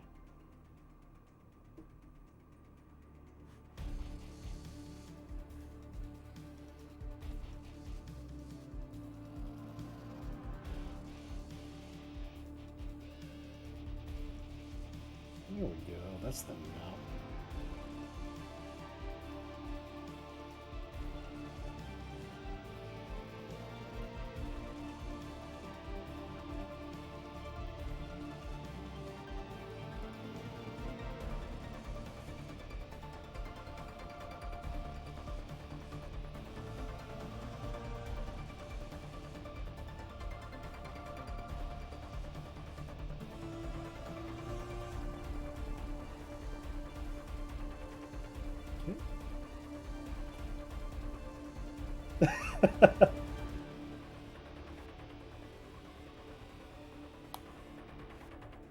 Yeah, I got a large pack of royalty-free music from Humble Bundle, and that is what we're currently listening to, so that way I don't make the YouTubes angry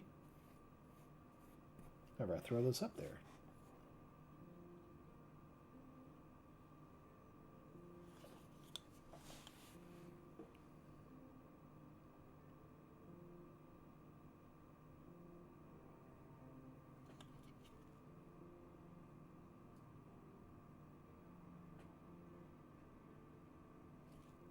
Ah, much better. And I oopsie-woopsied. I'll fix it later. It'll be alright.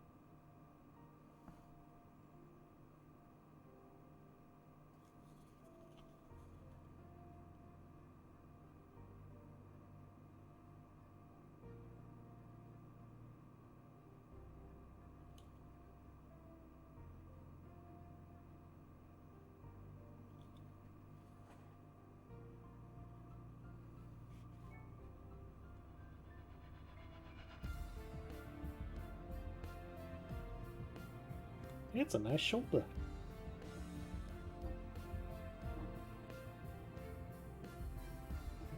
Okay. Some spots I need to get back in the red, but we'll get that later. Oh yeah, man, there's some bad spots around the head. Some spots right here around this head that just did not take the color. It's one of the downsides of using contrast. Sometimes you think you put it somewhere and it just retracts back. But it's still a really nice red. First, fix that.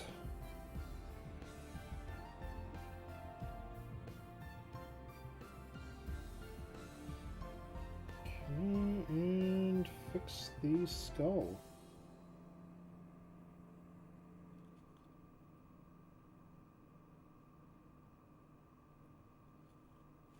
It's a little light. Add more paint.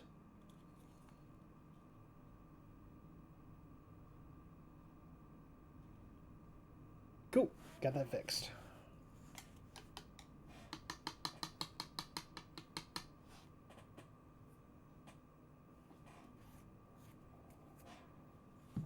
Alright, close that red up so I don't spill it. Because when I do, it makes me sad. And I don't like having the big sads. We're going to let that head set for right now. So we'll go for the knees.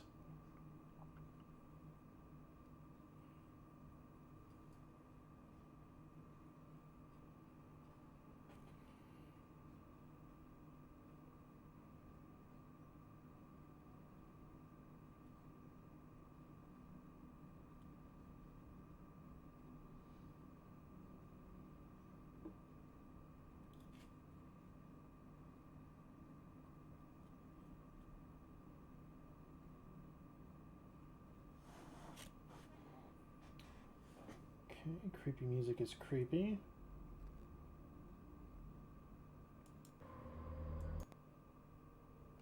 There we go. As I bump the cable for my camera. Alright.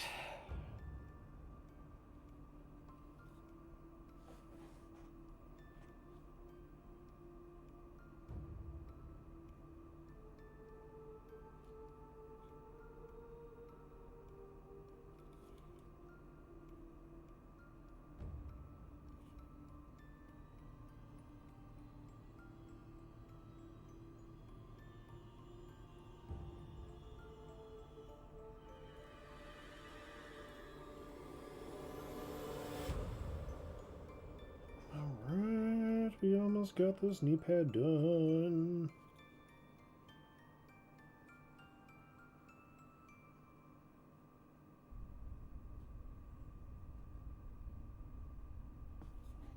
Alright, let's get this crust happening.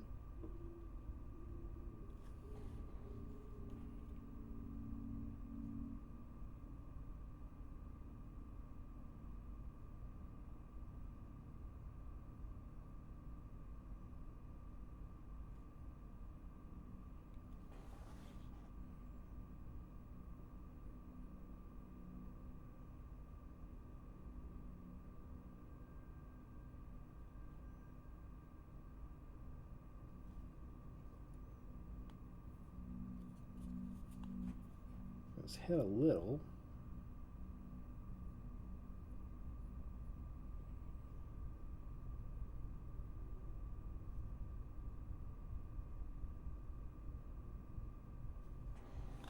But that's what touch-ups are for. Okay, leave that alone, and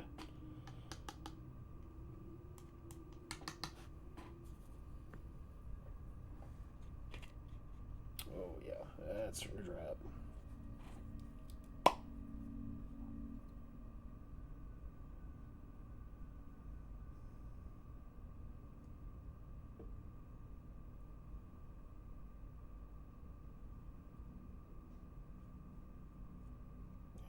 Go.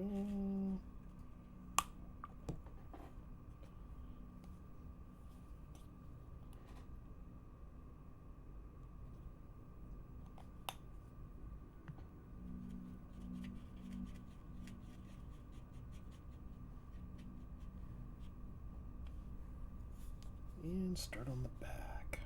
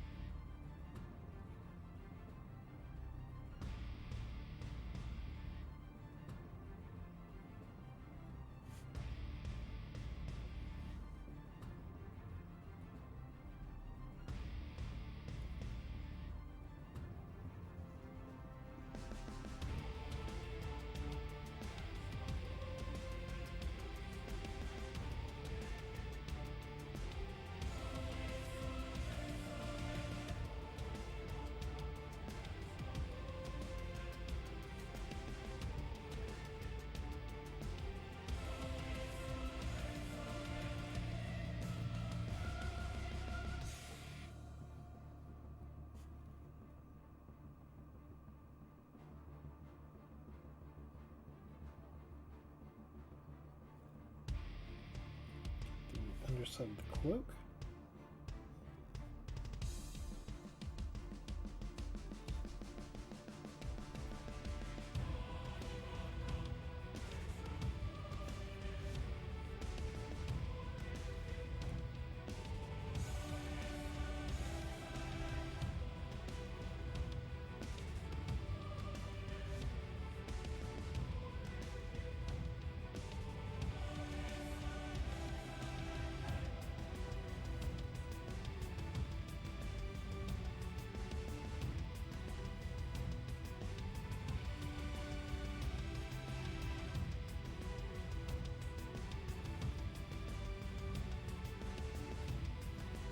Alright, let's get the front side. Oh, very cool. I am definitely down to see how that turns out.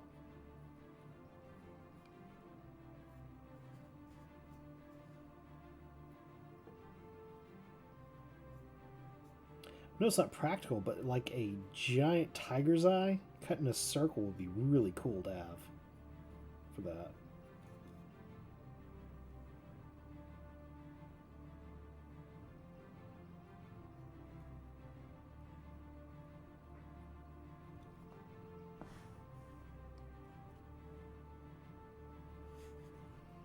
Oh yeah, I mean, anything that's going to be good is worth trying several times until you get it the way you'll want it.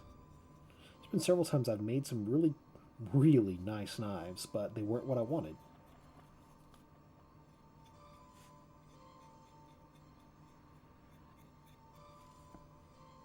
I get called crazy all the time for like, oh, why didn't you like that? Well, just didn't feel right.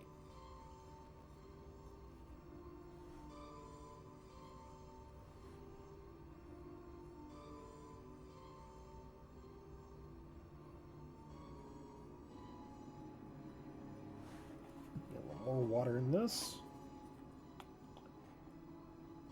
That was way too much water.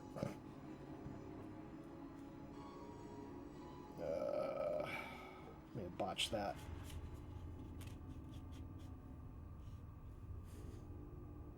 No, it should still be good.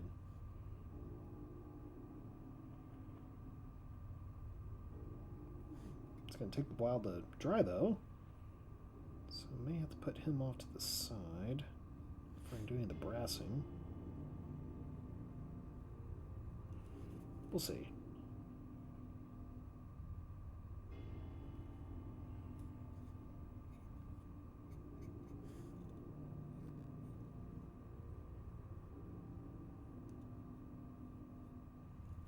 Oh, missed a part of his thumb.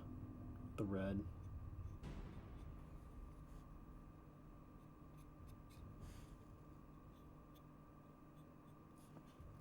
But hey, we got time to fix that.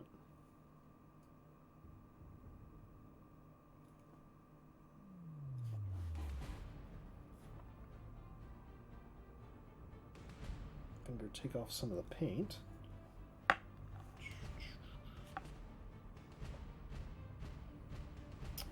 Oh man, Yaga be pretty cool.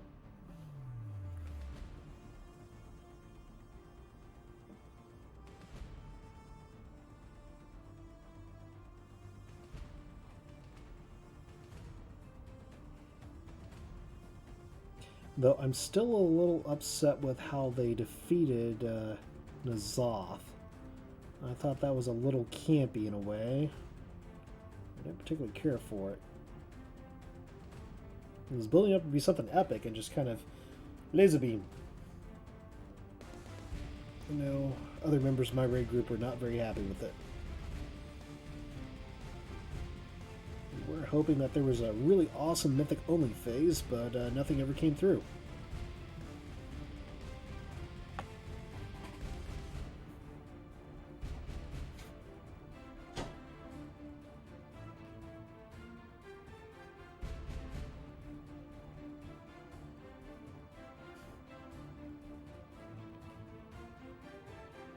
Oh yeah. It's like, I'm a little concerned with Shadowlands. I mean, don't get me wrong, it's really good so far. And the Covenants have really great storylines, but I've got a feeling they're going to try to play Sylvanas up as a hero we don't deserve. And I want to see her dead. I don't think she was a good character ever. I think she was very much a Mary Sue insert.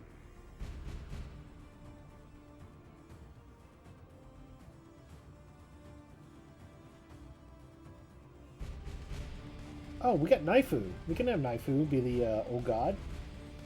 And she's out traveling the universe now.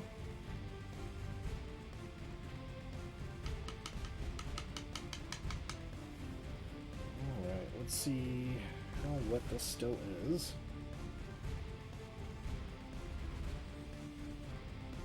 It's still pretty wet. Okay, we'll get the backside. Let's see how wet that is. It's doing alright.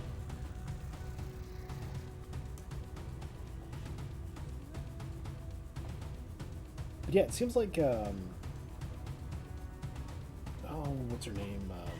Xalatoth, Naifu. She alluded to some stuff that was going on, like there may be some other old gods out there, and she was going to hook up with them. Which, I mean, makes sense because they were kind of spit out into the void. Those Void Lords are like, hey, if you hit something, awesome. If you don't, well, bye. It seems like there's a bigger conflict coming. And I think we are actually going to run into a problem with the forces of light. More than we are the forces of void. The whole Maghar scenario. And also Zera, more or less trying to enslave Illidan. Because Illidan had a point, and I don't blame him for breaking that big old freaking chandelier.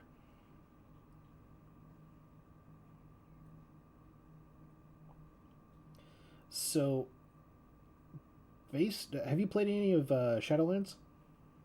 Because I don't want to spoil anything for you.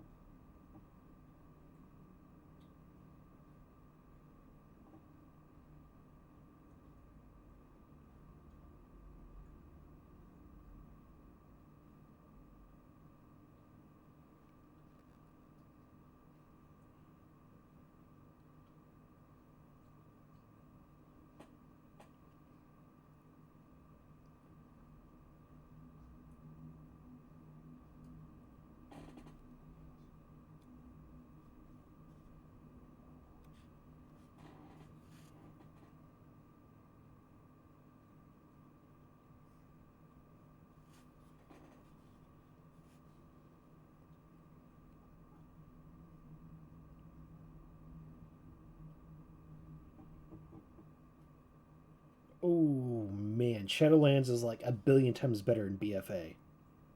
And oh, I hated BFA so much. I quit raiding after Battle for Jazar lore. I'm just like, you know what? I just don't have the heart in it. I just can't stand it. Storyline was really what kept me going in the game. But Shadowlands, oh boy.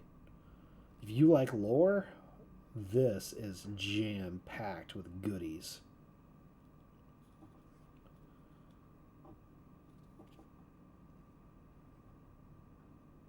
I would say definitely give it a shot. Because holy cow.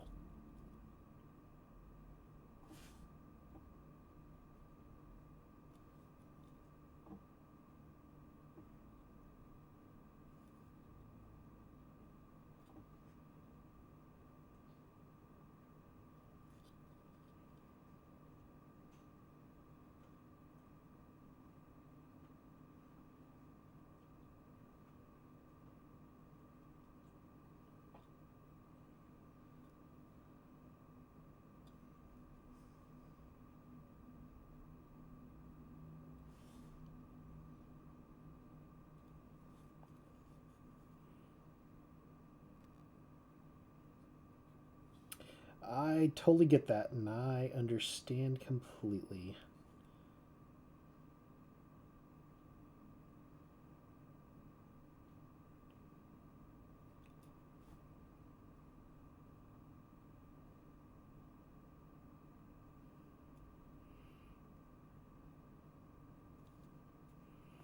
While WoW may be crack, plastic crack is stronger.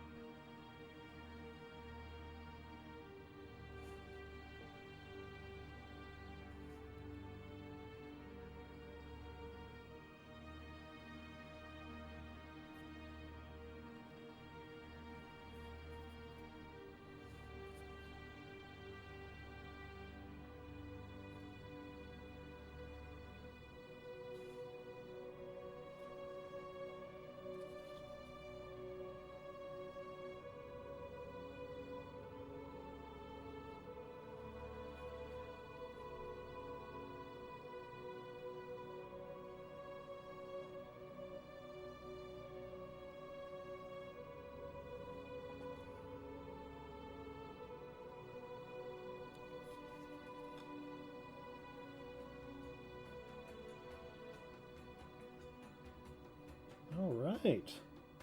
This dude's looking pretty good. I'd say he is completed.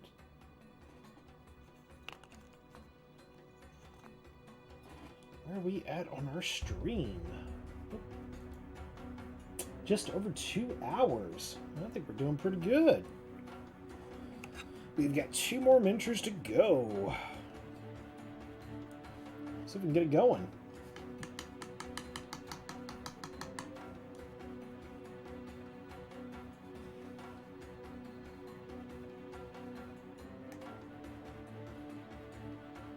Okay.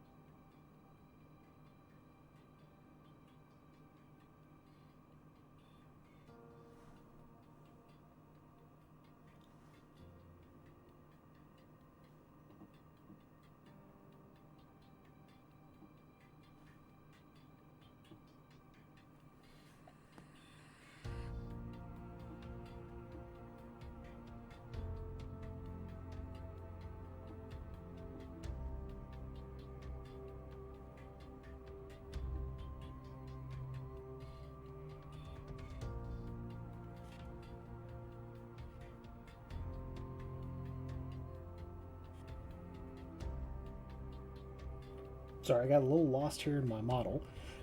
Yeah, I could definitely see kind of doing like a lens of clarity type thing. I'm still curious where Murlocs come from.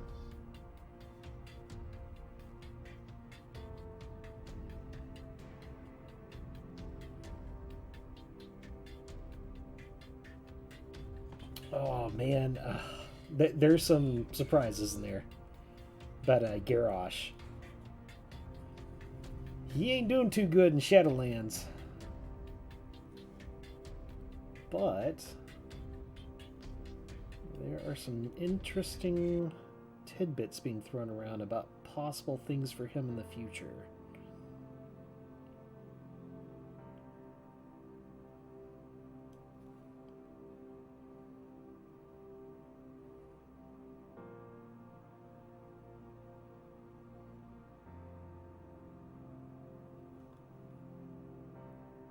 I don't think that's the last we've seen of good old Gary. I think there's going to be some neat stuff happening with him.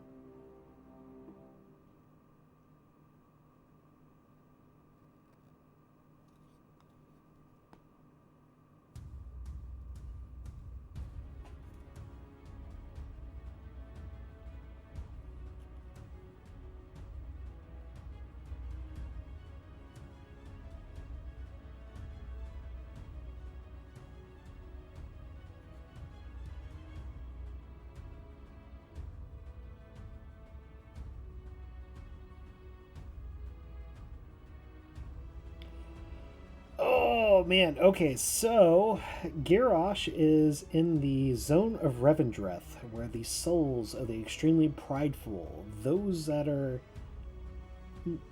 betrayers, those that have many sins to atone for, sit. And it is led by Lord Denathrius, sire of Revendreth. If you've seen any of the little trailers they put out there, you might notice he looks like a Dreadlord, but a little prettier. And from what we've discovered in game and some of the books, he is indeed the sire of the Dreadlords. The Dreadlords are from the Shadowlands. They are not demons.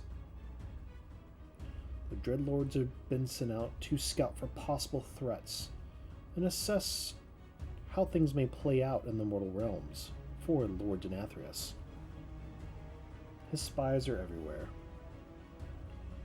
From colluding with the Void, to even being cleansed by the light. They see all and they try to know all, and manipulate things. Yes, he does indeed at one point dump all the anima he has collected into the maw to help his ally, the jailer. They both seem to think that the process of death in the Warcraft universe is fundamentally flawed and broken. Something is not right with it.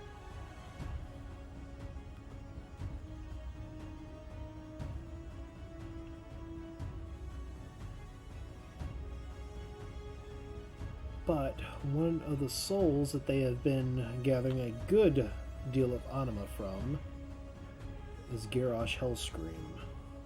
His location is being closely guarded.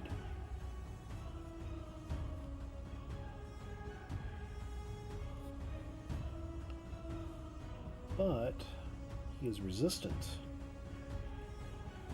He refuses to give up. And in doing so, endures a great deal of torment and torture from the greatest of Revendreth's, Venthyr. However, he is not broken, and does not seem to be ever to be able to be broken. The moment, he is just an anima battery.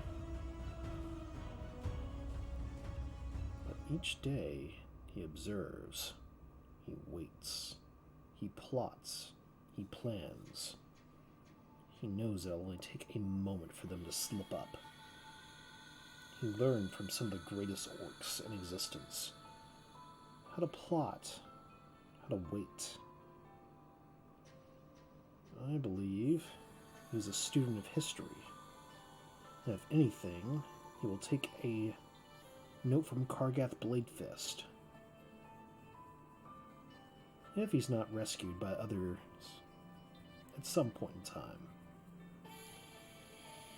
He'll wait for the right moment, and he absolutely, positively will strike and rip the throats out of the Ventur that are torturing him and break loose. But this is just my speculation.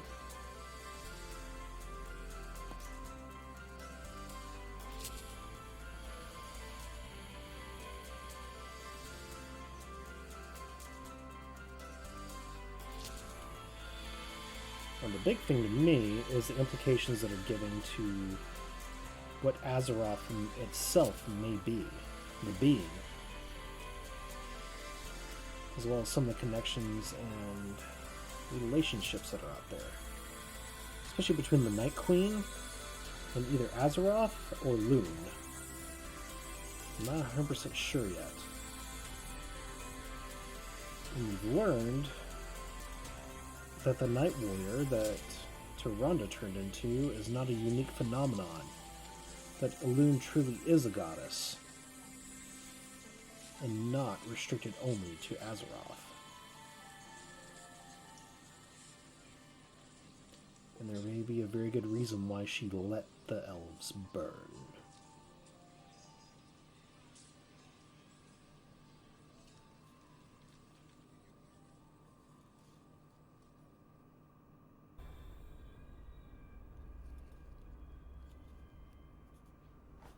Something pretty nice. Get this red work done. Using the camera to see if I spot anything.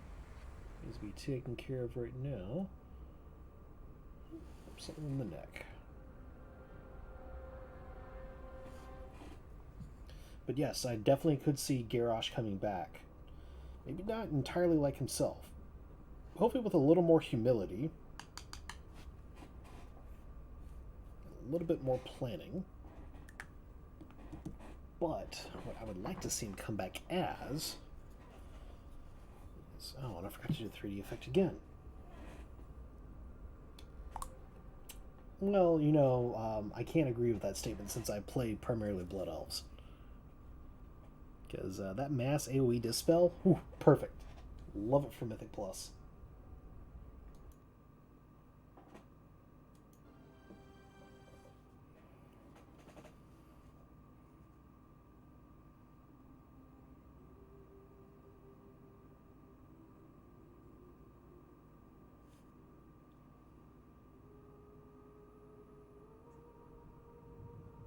That and the Blood Elves themselves have really been proving to be valuable members of the Horde. The Orcs and Trolls couldn't step up, but they did.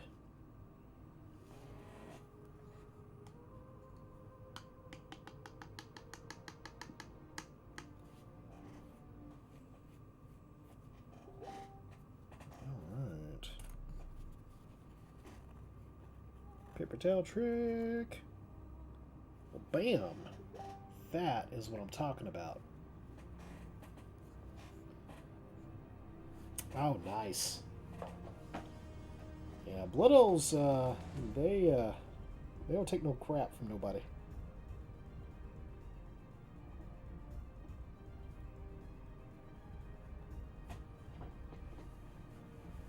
Alright, so now we're ready for some bronze work. Some water in there. That was too much water. Like an eyedropper or something.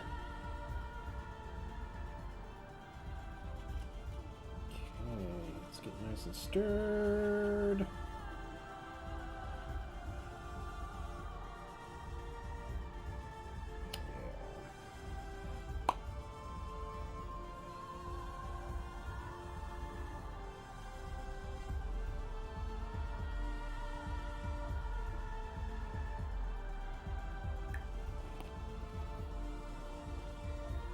Ooh, I see a spot in this guy.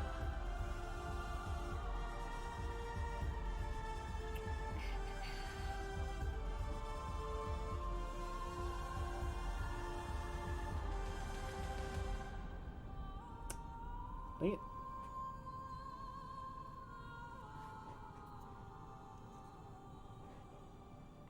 Should have found that out a little bit better. Oh yeah, I've been about playing the Horde for a long time. Okay, let's start on the shoulders.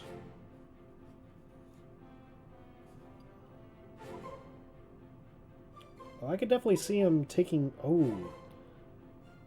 If we destroy Sire... Well, Sire Denathrius gets imprisoned at the end of the raid. I could see Garrosh becoming a Prince of Revendreth and breaking pride in people.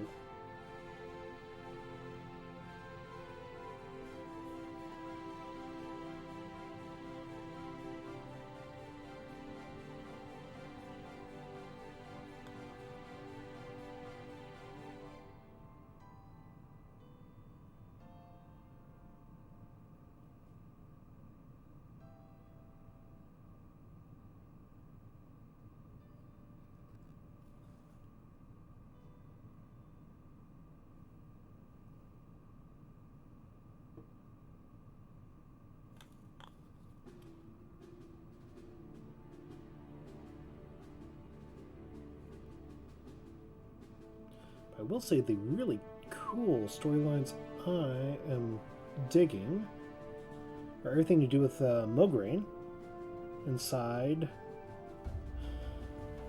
the Maldraxxus zone and his interactions with them, and kind of see him kind of come to terms that they're not the monsters he thought they were, as well as some quest lines about him also coming to terms why he wasn't sent to Bastion for his afterlife.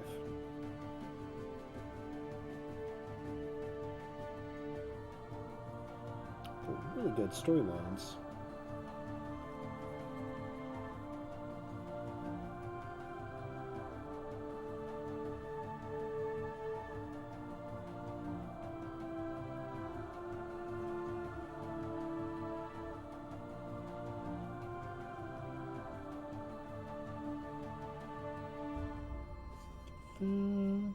That's nice and tight. Got it.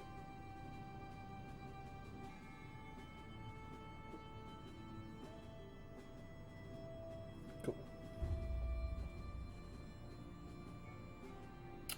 So, Mograine Sr.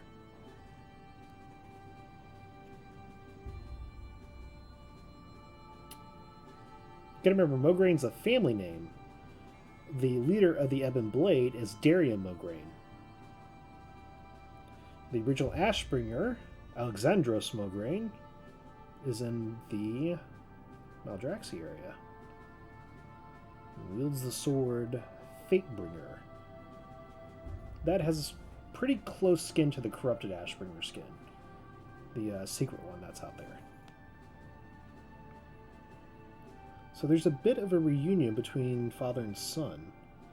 But I'm wondering, where is Darian's brother Renault? The one that betrayed Alexandros and killed him.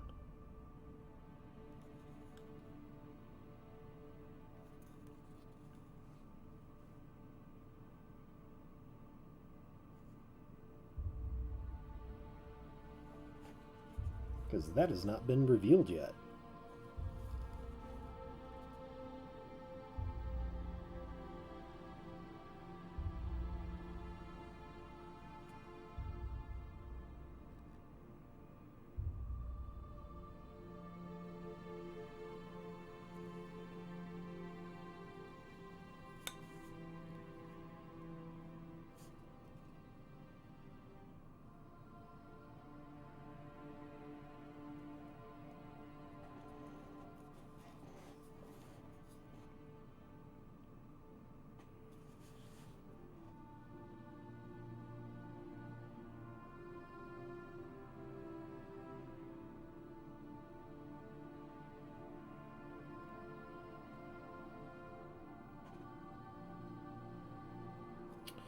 Well, that's what I'm wondering.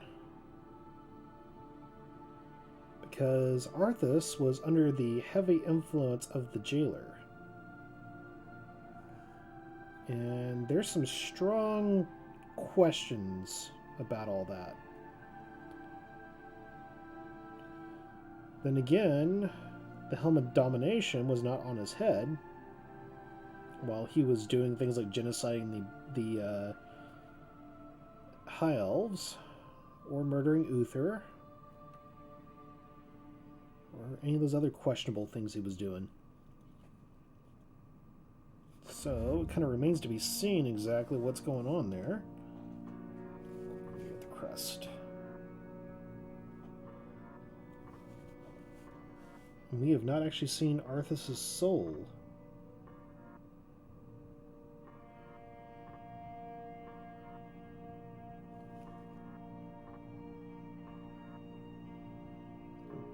Pretty sure, based on what we've seen, is that he has been sent to the Maw on the little cinematic involving Uther and Davos.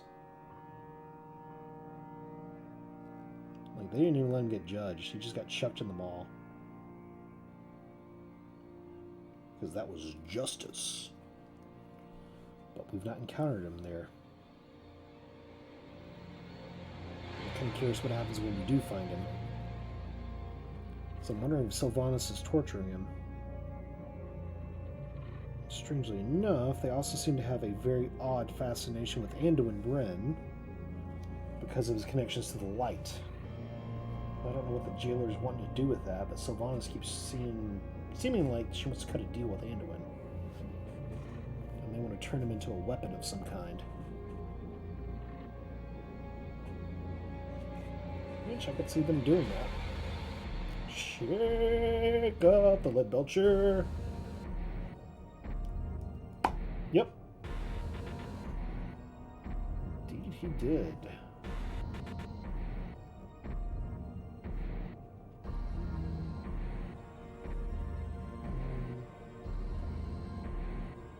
Down there, chunk.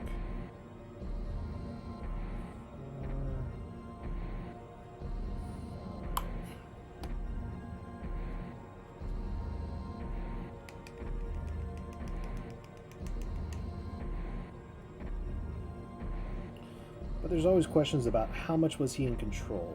I mean, if he was fully in control when he did all that, then no, I would not want to see a redemption story.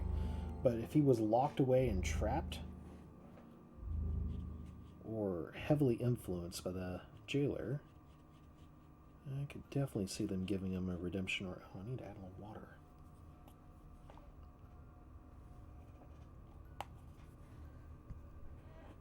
And afford this music.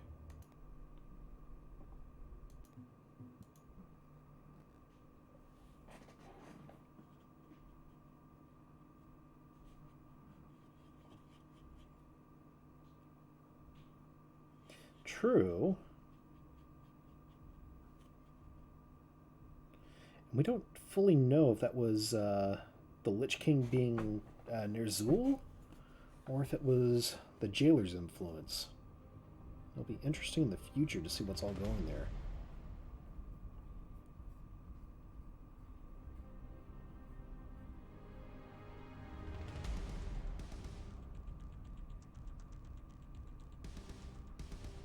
What got me is that whenever you do the Death Knight Frost Artifact quest to get the Shards of Frostmourne and go inside the blade itself, Arthas' soul and Ner'zhul's soul are in there together. I'm wondering if they were ever inside of the Helm of Domination truly, or if they were just stored like puppets.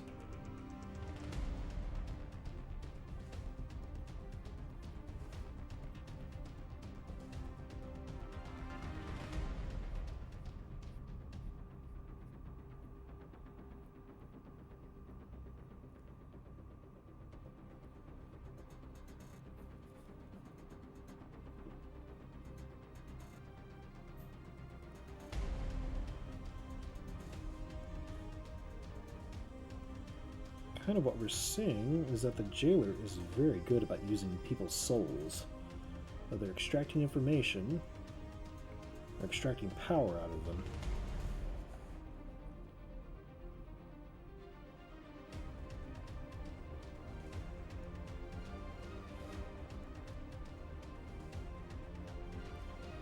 I'll put this water.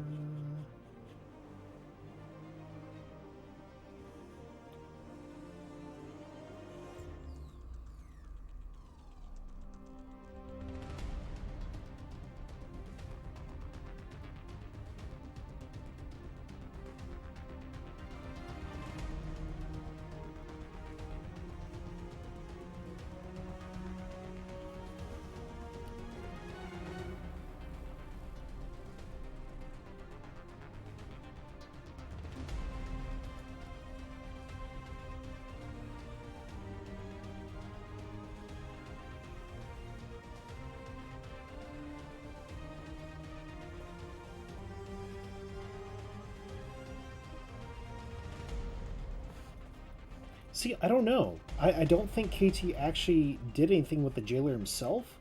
Based on the lore we're starting to see now, is that the Nathrazim were kind of the intermediaries to get Frostmourne and the Helm of Domination. They pretty much lied to the demons that they stole them from the Shadowlands.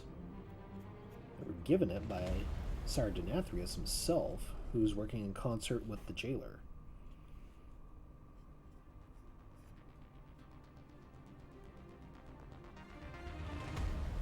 We know that, or we now know that the Nathrazim are entirely in league with the jailer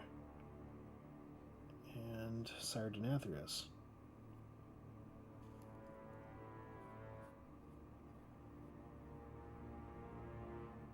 That none of them could be trusted.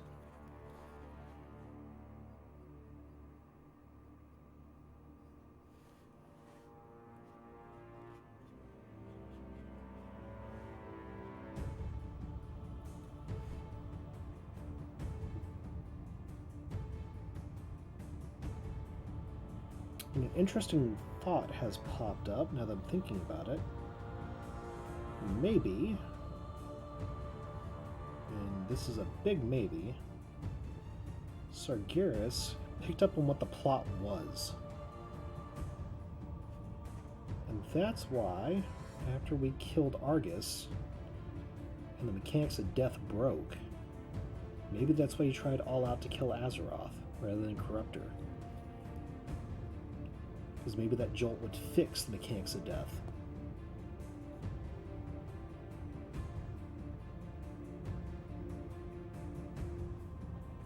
Oh yeah.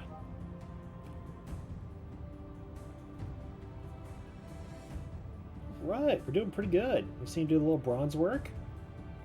Not seeing any major touch-ups that need to happen with this one.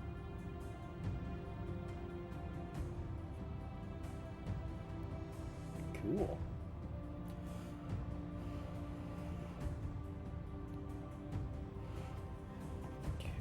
Remove a little paint using the stroking method, which sounds terrible.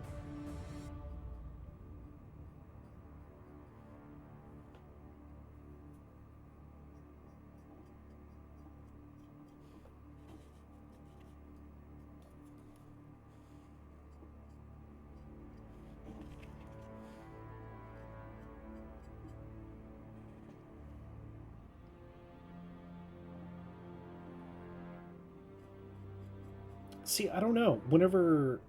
What's alluded to is that when we killed Argus and he was sent to the Shadowlands, that's what broke everything. Maybe Argus was not supposed to die.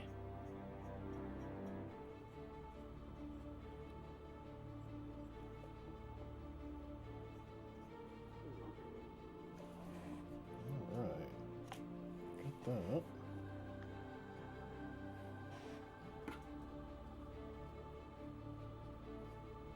Of course, there's always that good speculation by Pyromancer that Argus was the Titan of Death.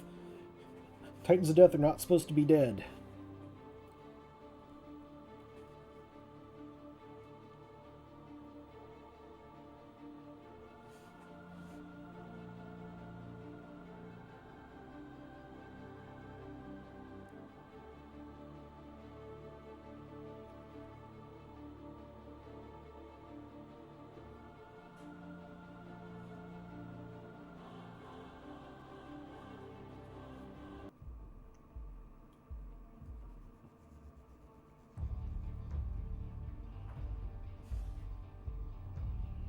If you ever want to get into some really good WoW tangents of crazy, check out Pyromancer.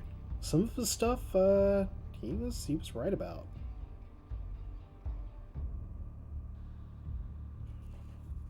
As crazy as that seems. People used to joke that he was getting fed information by the devs, whether it be true or not. But he always used good in-game sources or some of the books, which was always cool. Anytime a new patch came out, and especially in BFA, it was fun to watch him go on a tangent of old gods.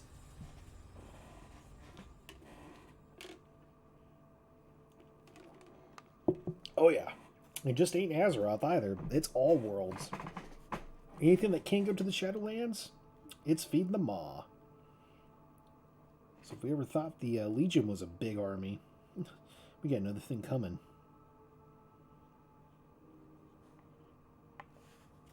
Turn this. Get a little bit better angle on it. It's a little too thick.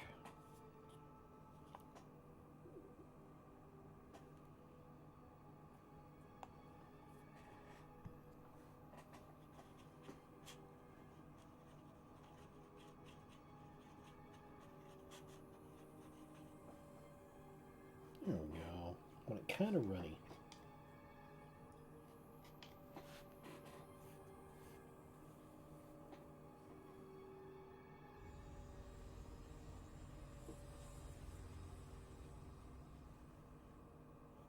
That's consistency I'm looking for.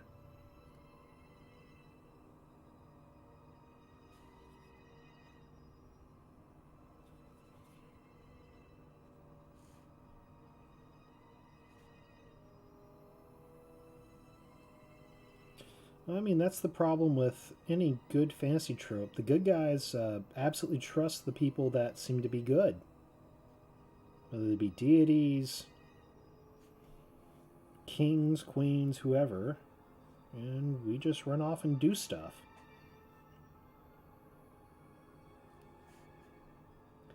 That's what I'm wondering. With the way things are kind of playing out, and with, well, the intro to the Maw scenario, whenever you first get into the Shadowlands, the teleporter you encounter is a relic of the first ones that are even older than the Jailer and all those other folks. The Night Queen, probably even the Arbiter.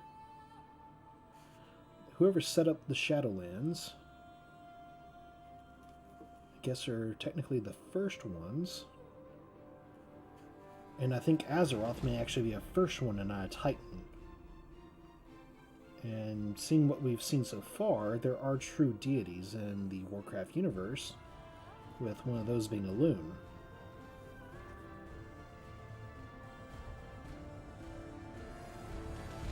So I'm wondering how that's going to play in.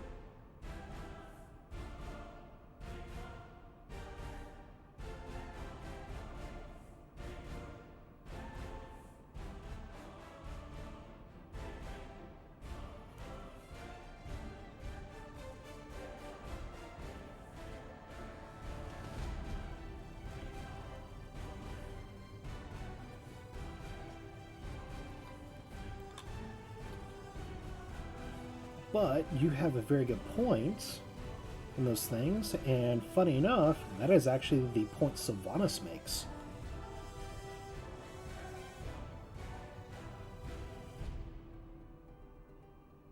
That we are slaves to a cycle.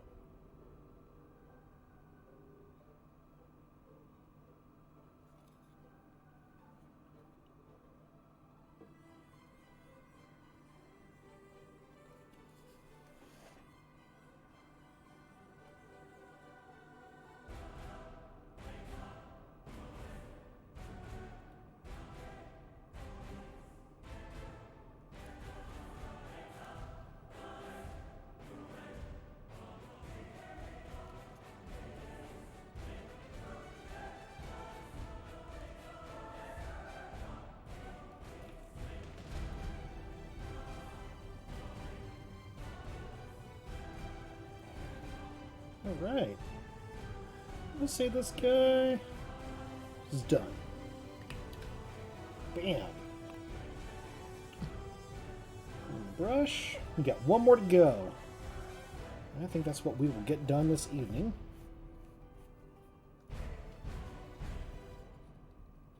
It says already 11 p.m. where I live. I do have to wake up a little bit tomorrow. Not doing anything. Probably get on, play a couple video games, and then get on stream. And keep on painting. Because I still got 6, 7, 8, 9, 10 more in the Stormcast Eternal set.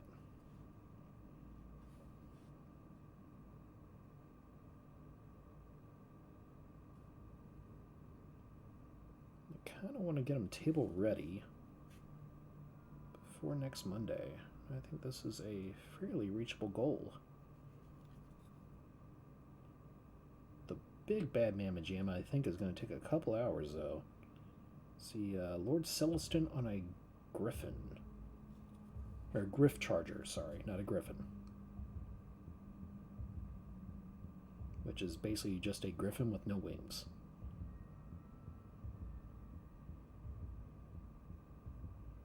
And is only found in the Soul Wars box.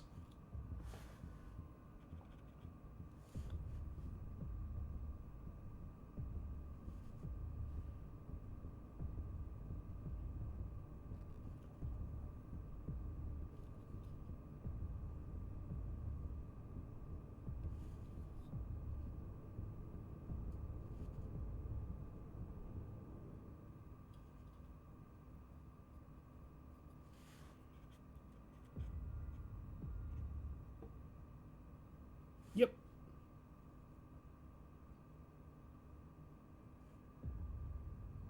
It was one of the things that kind of sold me on getting it. On top of that, I also got the rule set, which I did not have for Age of Sigmar.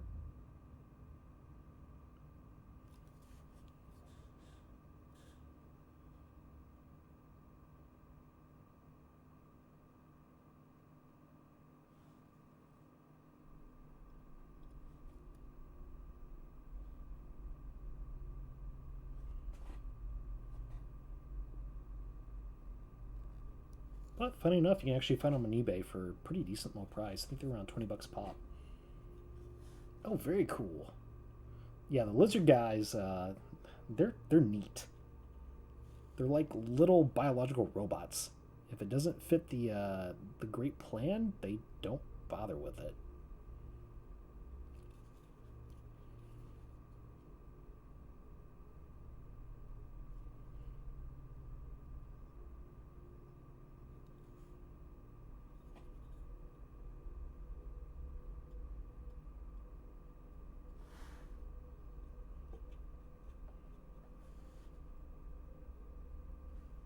Okay, creepy music is creepy.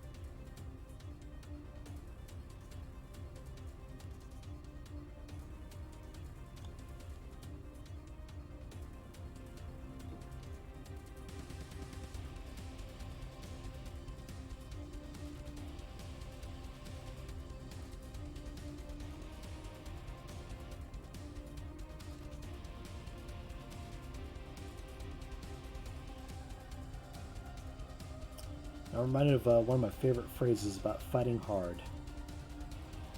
I feel like that third monkey on the ramp to the Ark, and brother, it's starting to rain.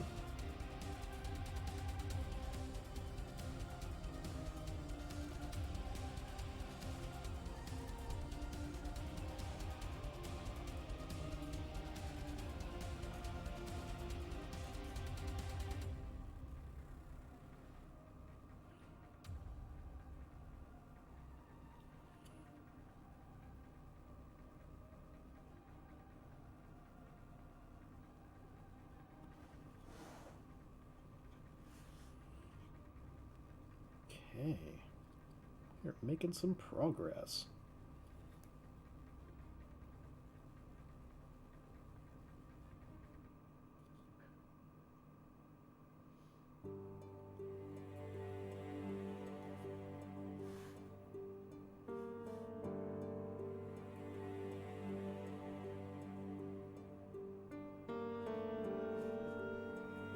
That's good there.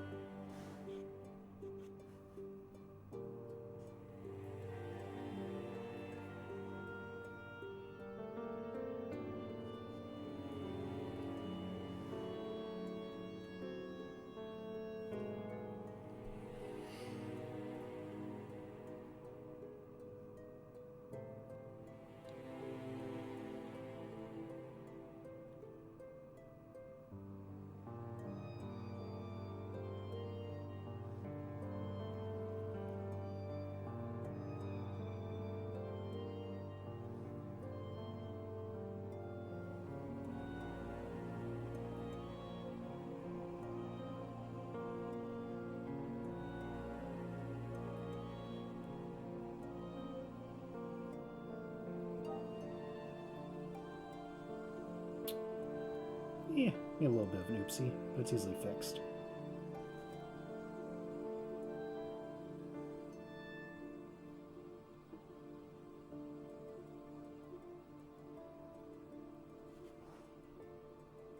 Hey, there you go.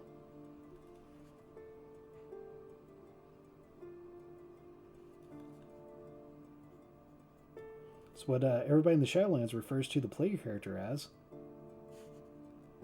Mallwalker.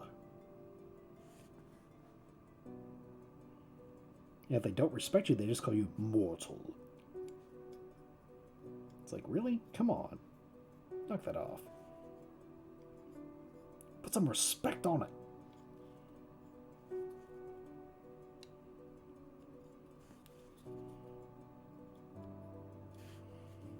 Okay. Nothing else new in the red.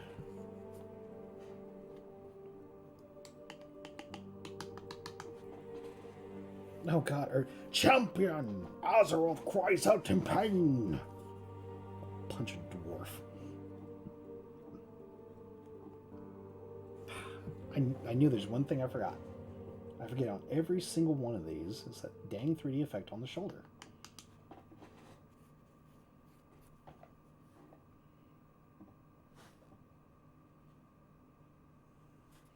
The wounds of Azeroth.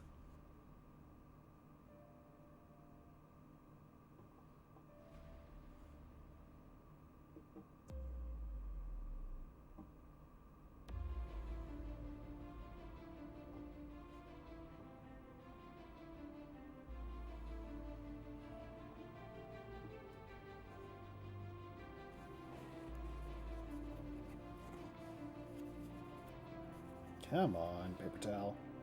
Don't give it on me yet.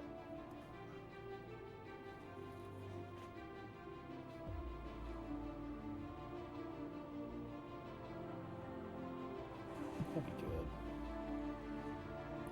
Okay. Let's get to using the brass.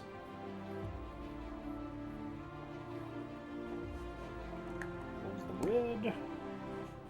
Now, let's look us over. Foot could use just a touch.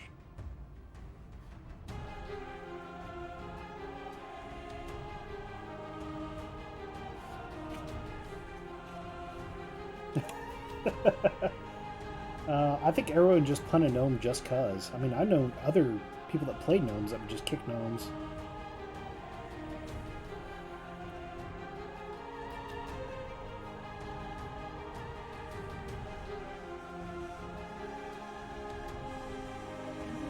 Leg. Ah, there's a spot. This camera's very handy.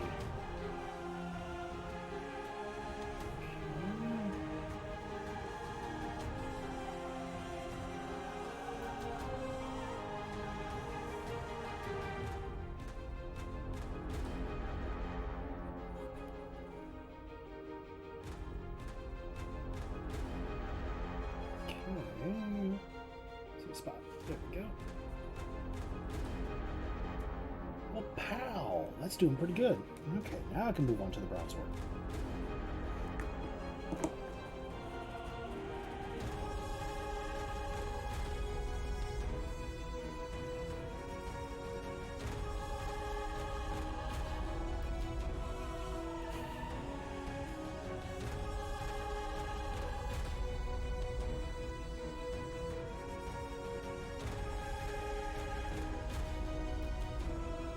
Yeah, that was pretty fun. I like blowing everything up with that.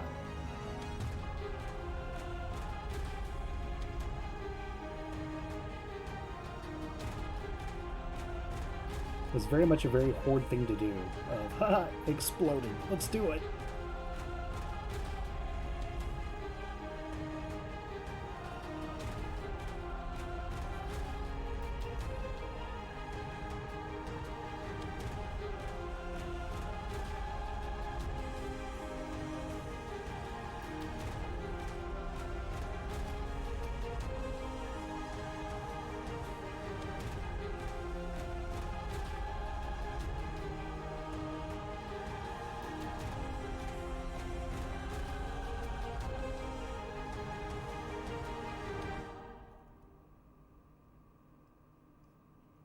I say my favorite zone for the gnome and goblin love-hate relationship is Thousand Needles and that speed barge they have. I love starting bar fights in there. It's just funny to me.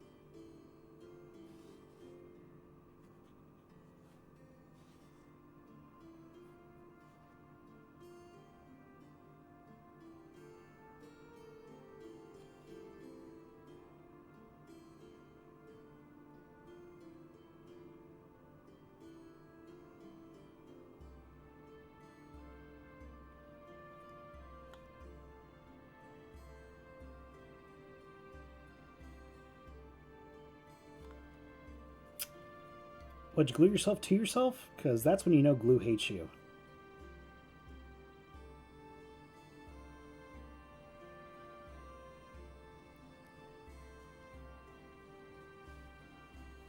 Now, if it's not sticking, that may be a sign that you're missing something.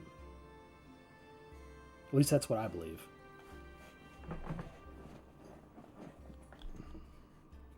Maybe a little closer.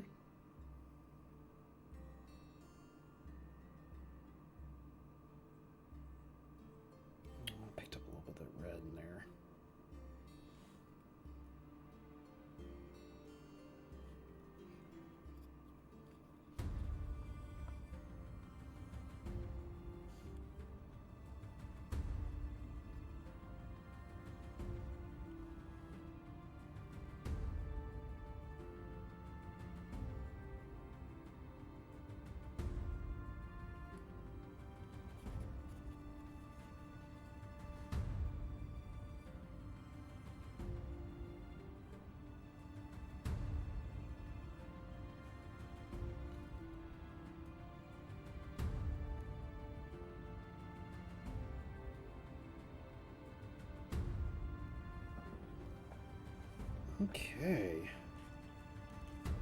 These knee pads done.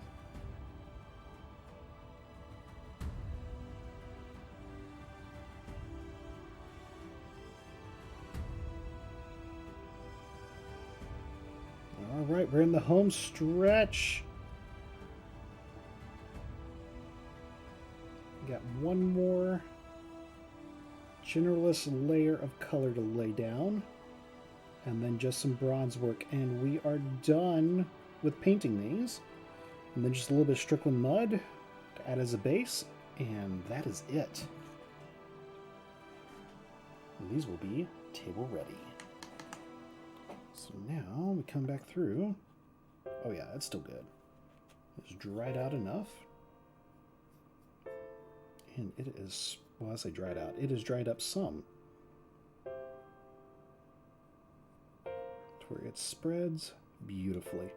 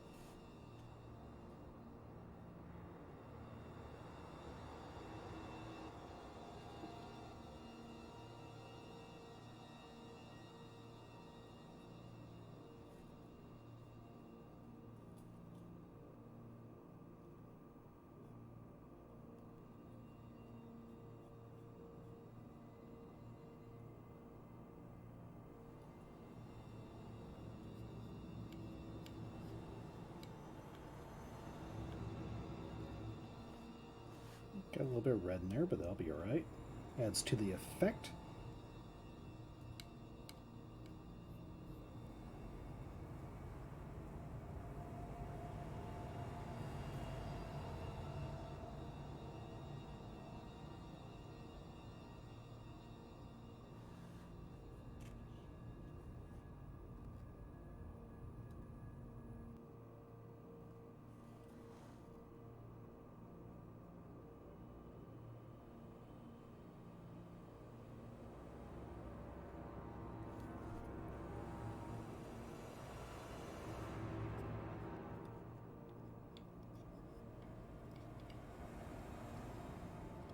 Okay, got in there. It's looking pretty good. Okay, get that knee pad a little bit more when we go to do our bronze work. This has got to have just a little bit more water. Otherwise, it is not going to do what I want to do. There we go. Half a drop.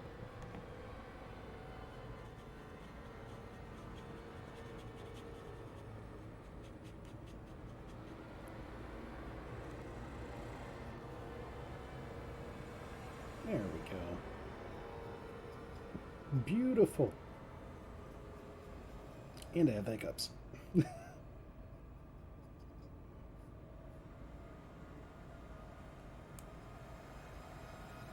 Uh-oh. Just a little hard on that.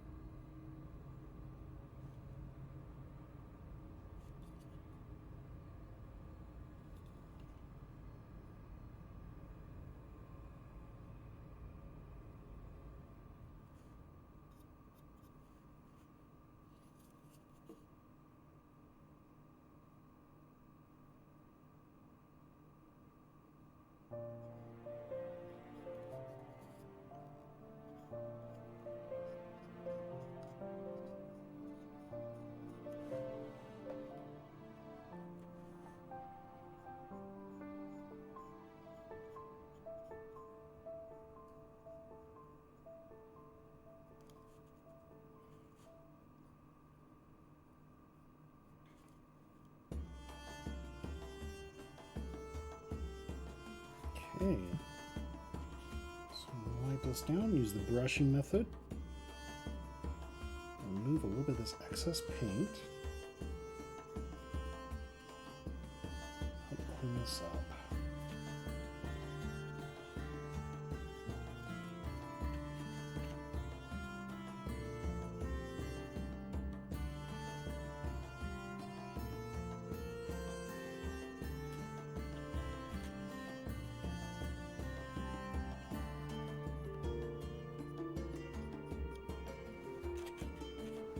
Right, looking pretty good. I think we're good on that.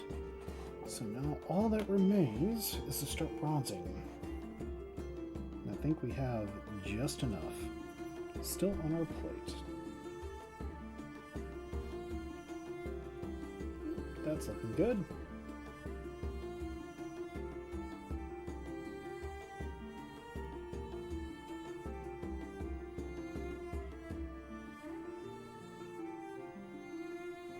Try our brush a little bit.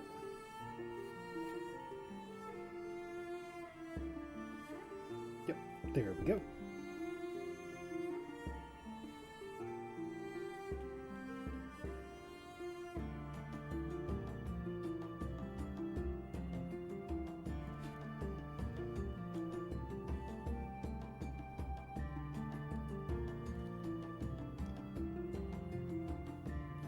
Let's use the fingers we don't have paint on. Yeah, still a little wet. Okay, we'll go up to the front side here.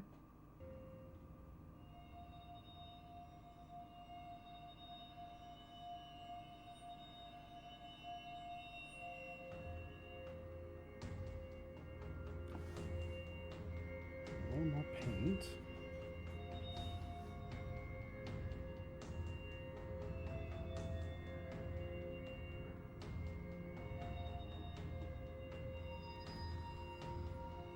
Oh yeah, it's looking good.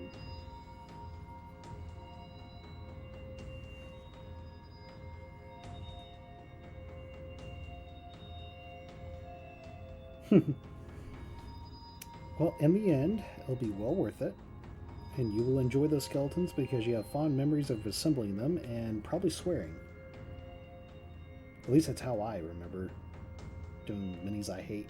Well, I don't necessarily hate them, but were difficult to put together.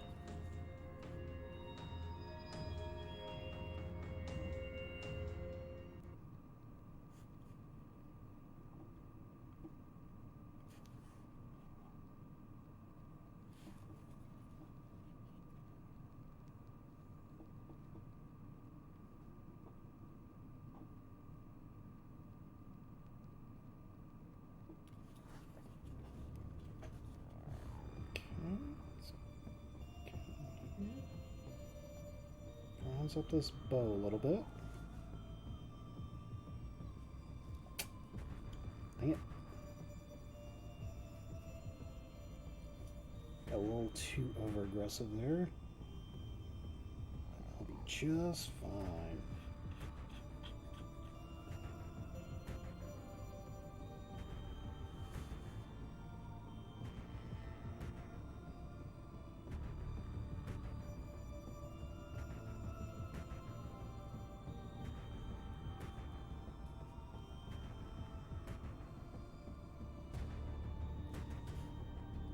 Okay, I would say we are done painting. Let's do some basing and call it a night.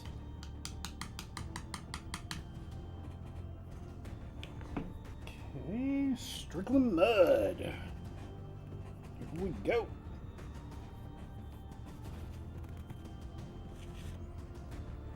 Oh, Neo, kitty.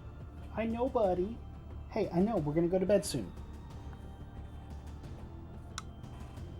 No, no. No. No jumpies. He jumpied. Yep. Attack of the giant kitty. Can you behave? Can you behave? Maybe. I'll paint you.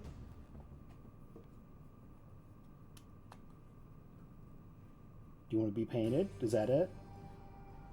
Or you just want Daddy's attention? That's what it is. You're like, I've been waiting over here patiently.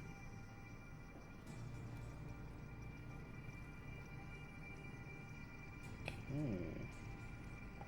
Hey, stay still. Be a good kitty.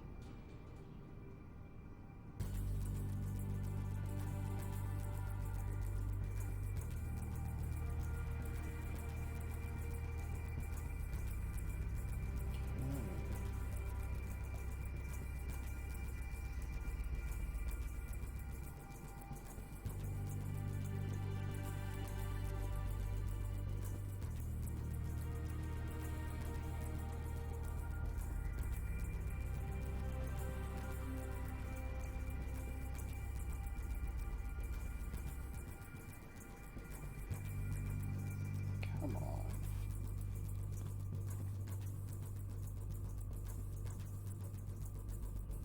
Ah, Citadel Pots, why do you do this? Okay. Got it. Get a cat, you gotta be still.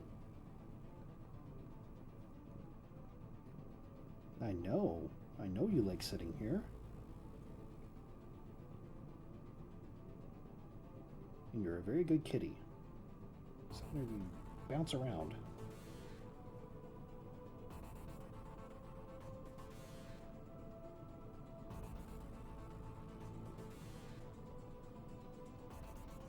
Get the circular.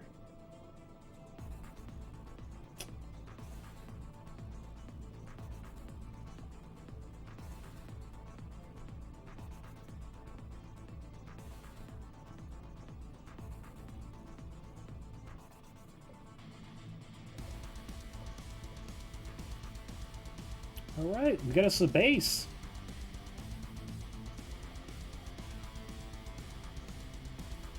There. Grab this guy because he was second to be painted.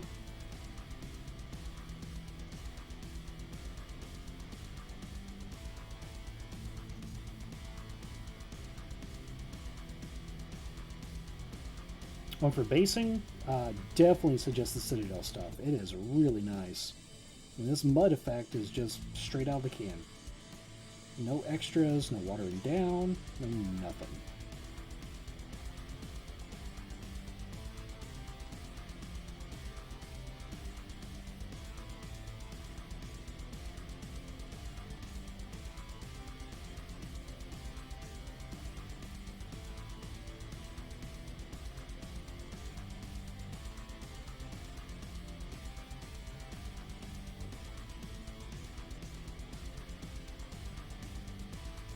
A little bit of mud behind his foot.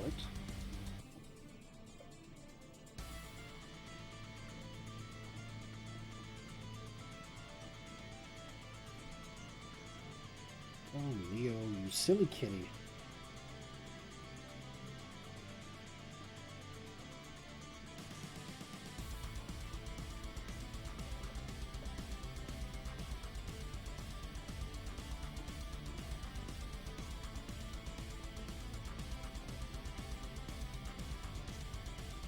Okay, second one is based.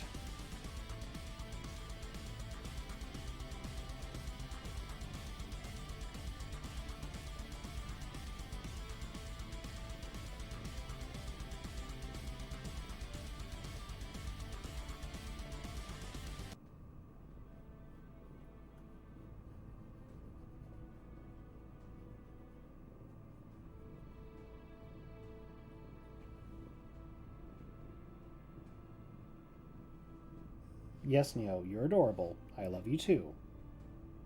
I know you want to see what I'm doing, but chill out. My kitty is in my lap. He thinks he's a painter. Or a canvas, I'm not sure which, but he thinks he's something. A little bit more mud here. Can give it this Nito Greedo effect.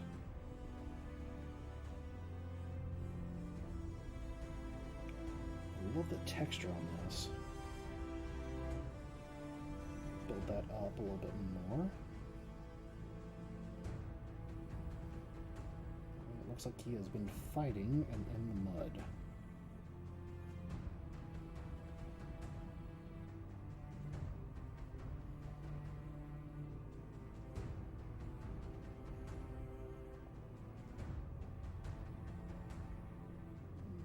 Okay. Cool beans. Number 3. Based.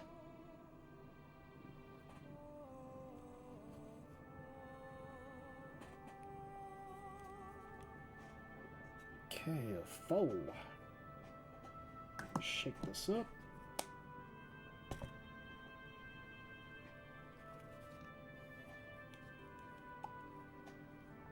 And get a good shake on it. Let's put the brush down.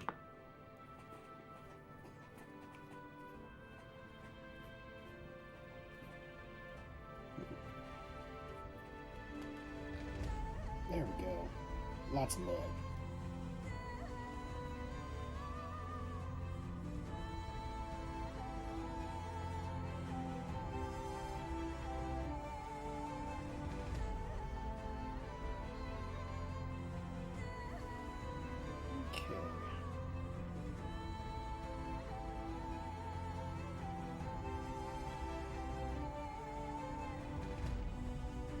Hoping at some point to go on a nature walk with my daughter, find some bits and pieces that can adhere to these to make them look really cool.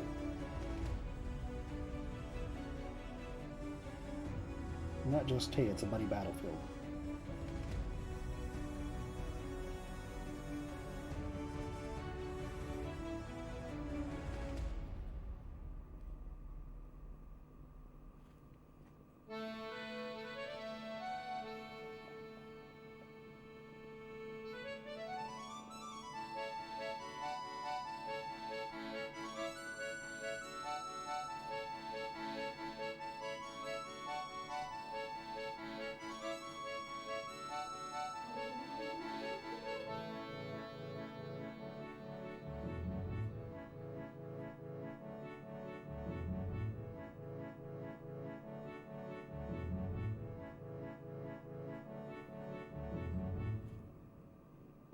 Alright, that is number 4, based. Alright, we got one more to go. Home stretch. That's right, kitty cat. I know, you're being so patient. You're like, I want to go to sleep. Come on. I'm like, it's almost time. I'm almost done. It's up my the corner of my eye.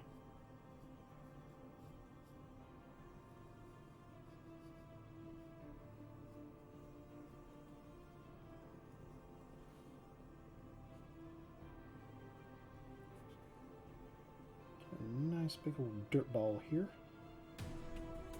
A little different from the rest of them.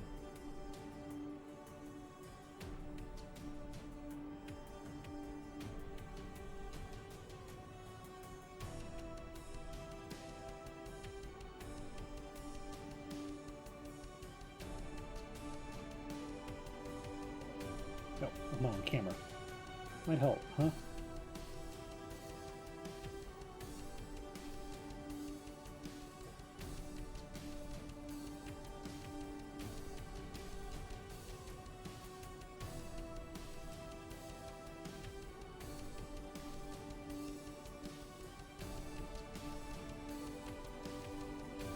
Okay.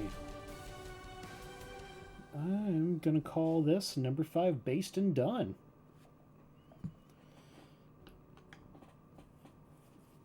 All right, Malefic. Well, thank you very much for hanging out with me almost this entire stream. I've enjoyed the conversation, so definitely feel free to stop back on by. I'd be happy to talk Warcraft lore or anything else with you. Thank you again for stopping by. If you're watching this at a later date, whether it be morning, noon, or night, thank you very much for watching. Have a great one. Bye bye.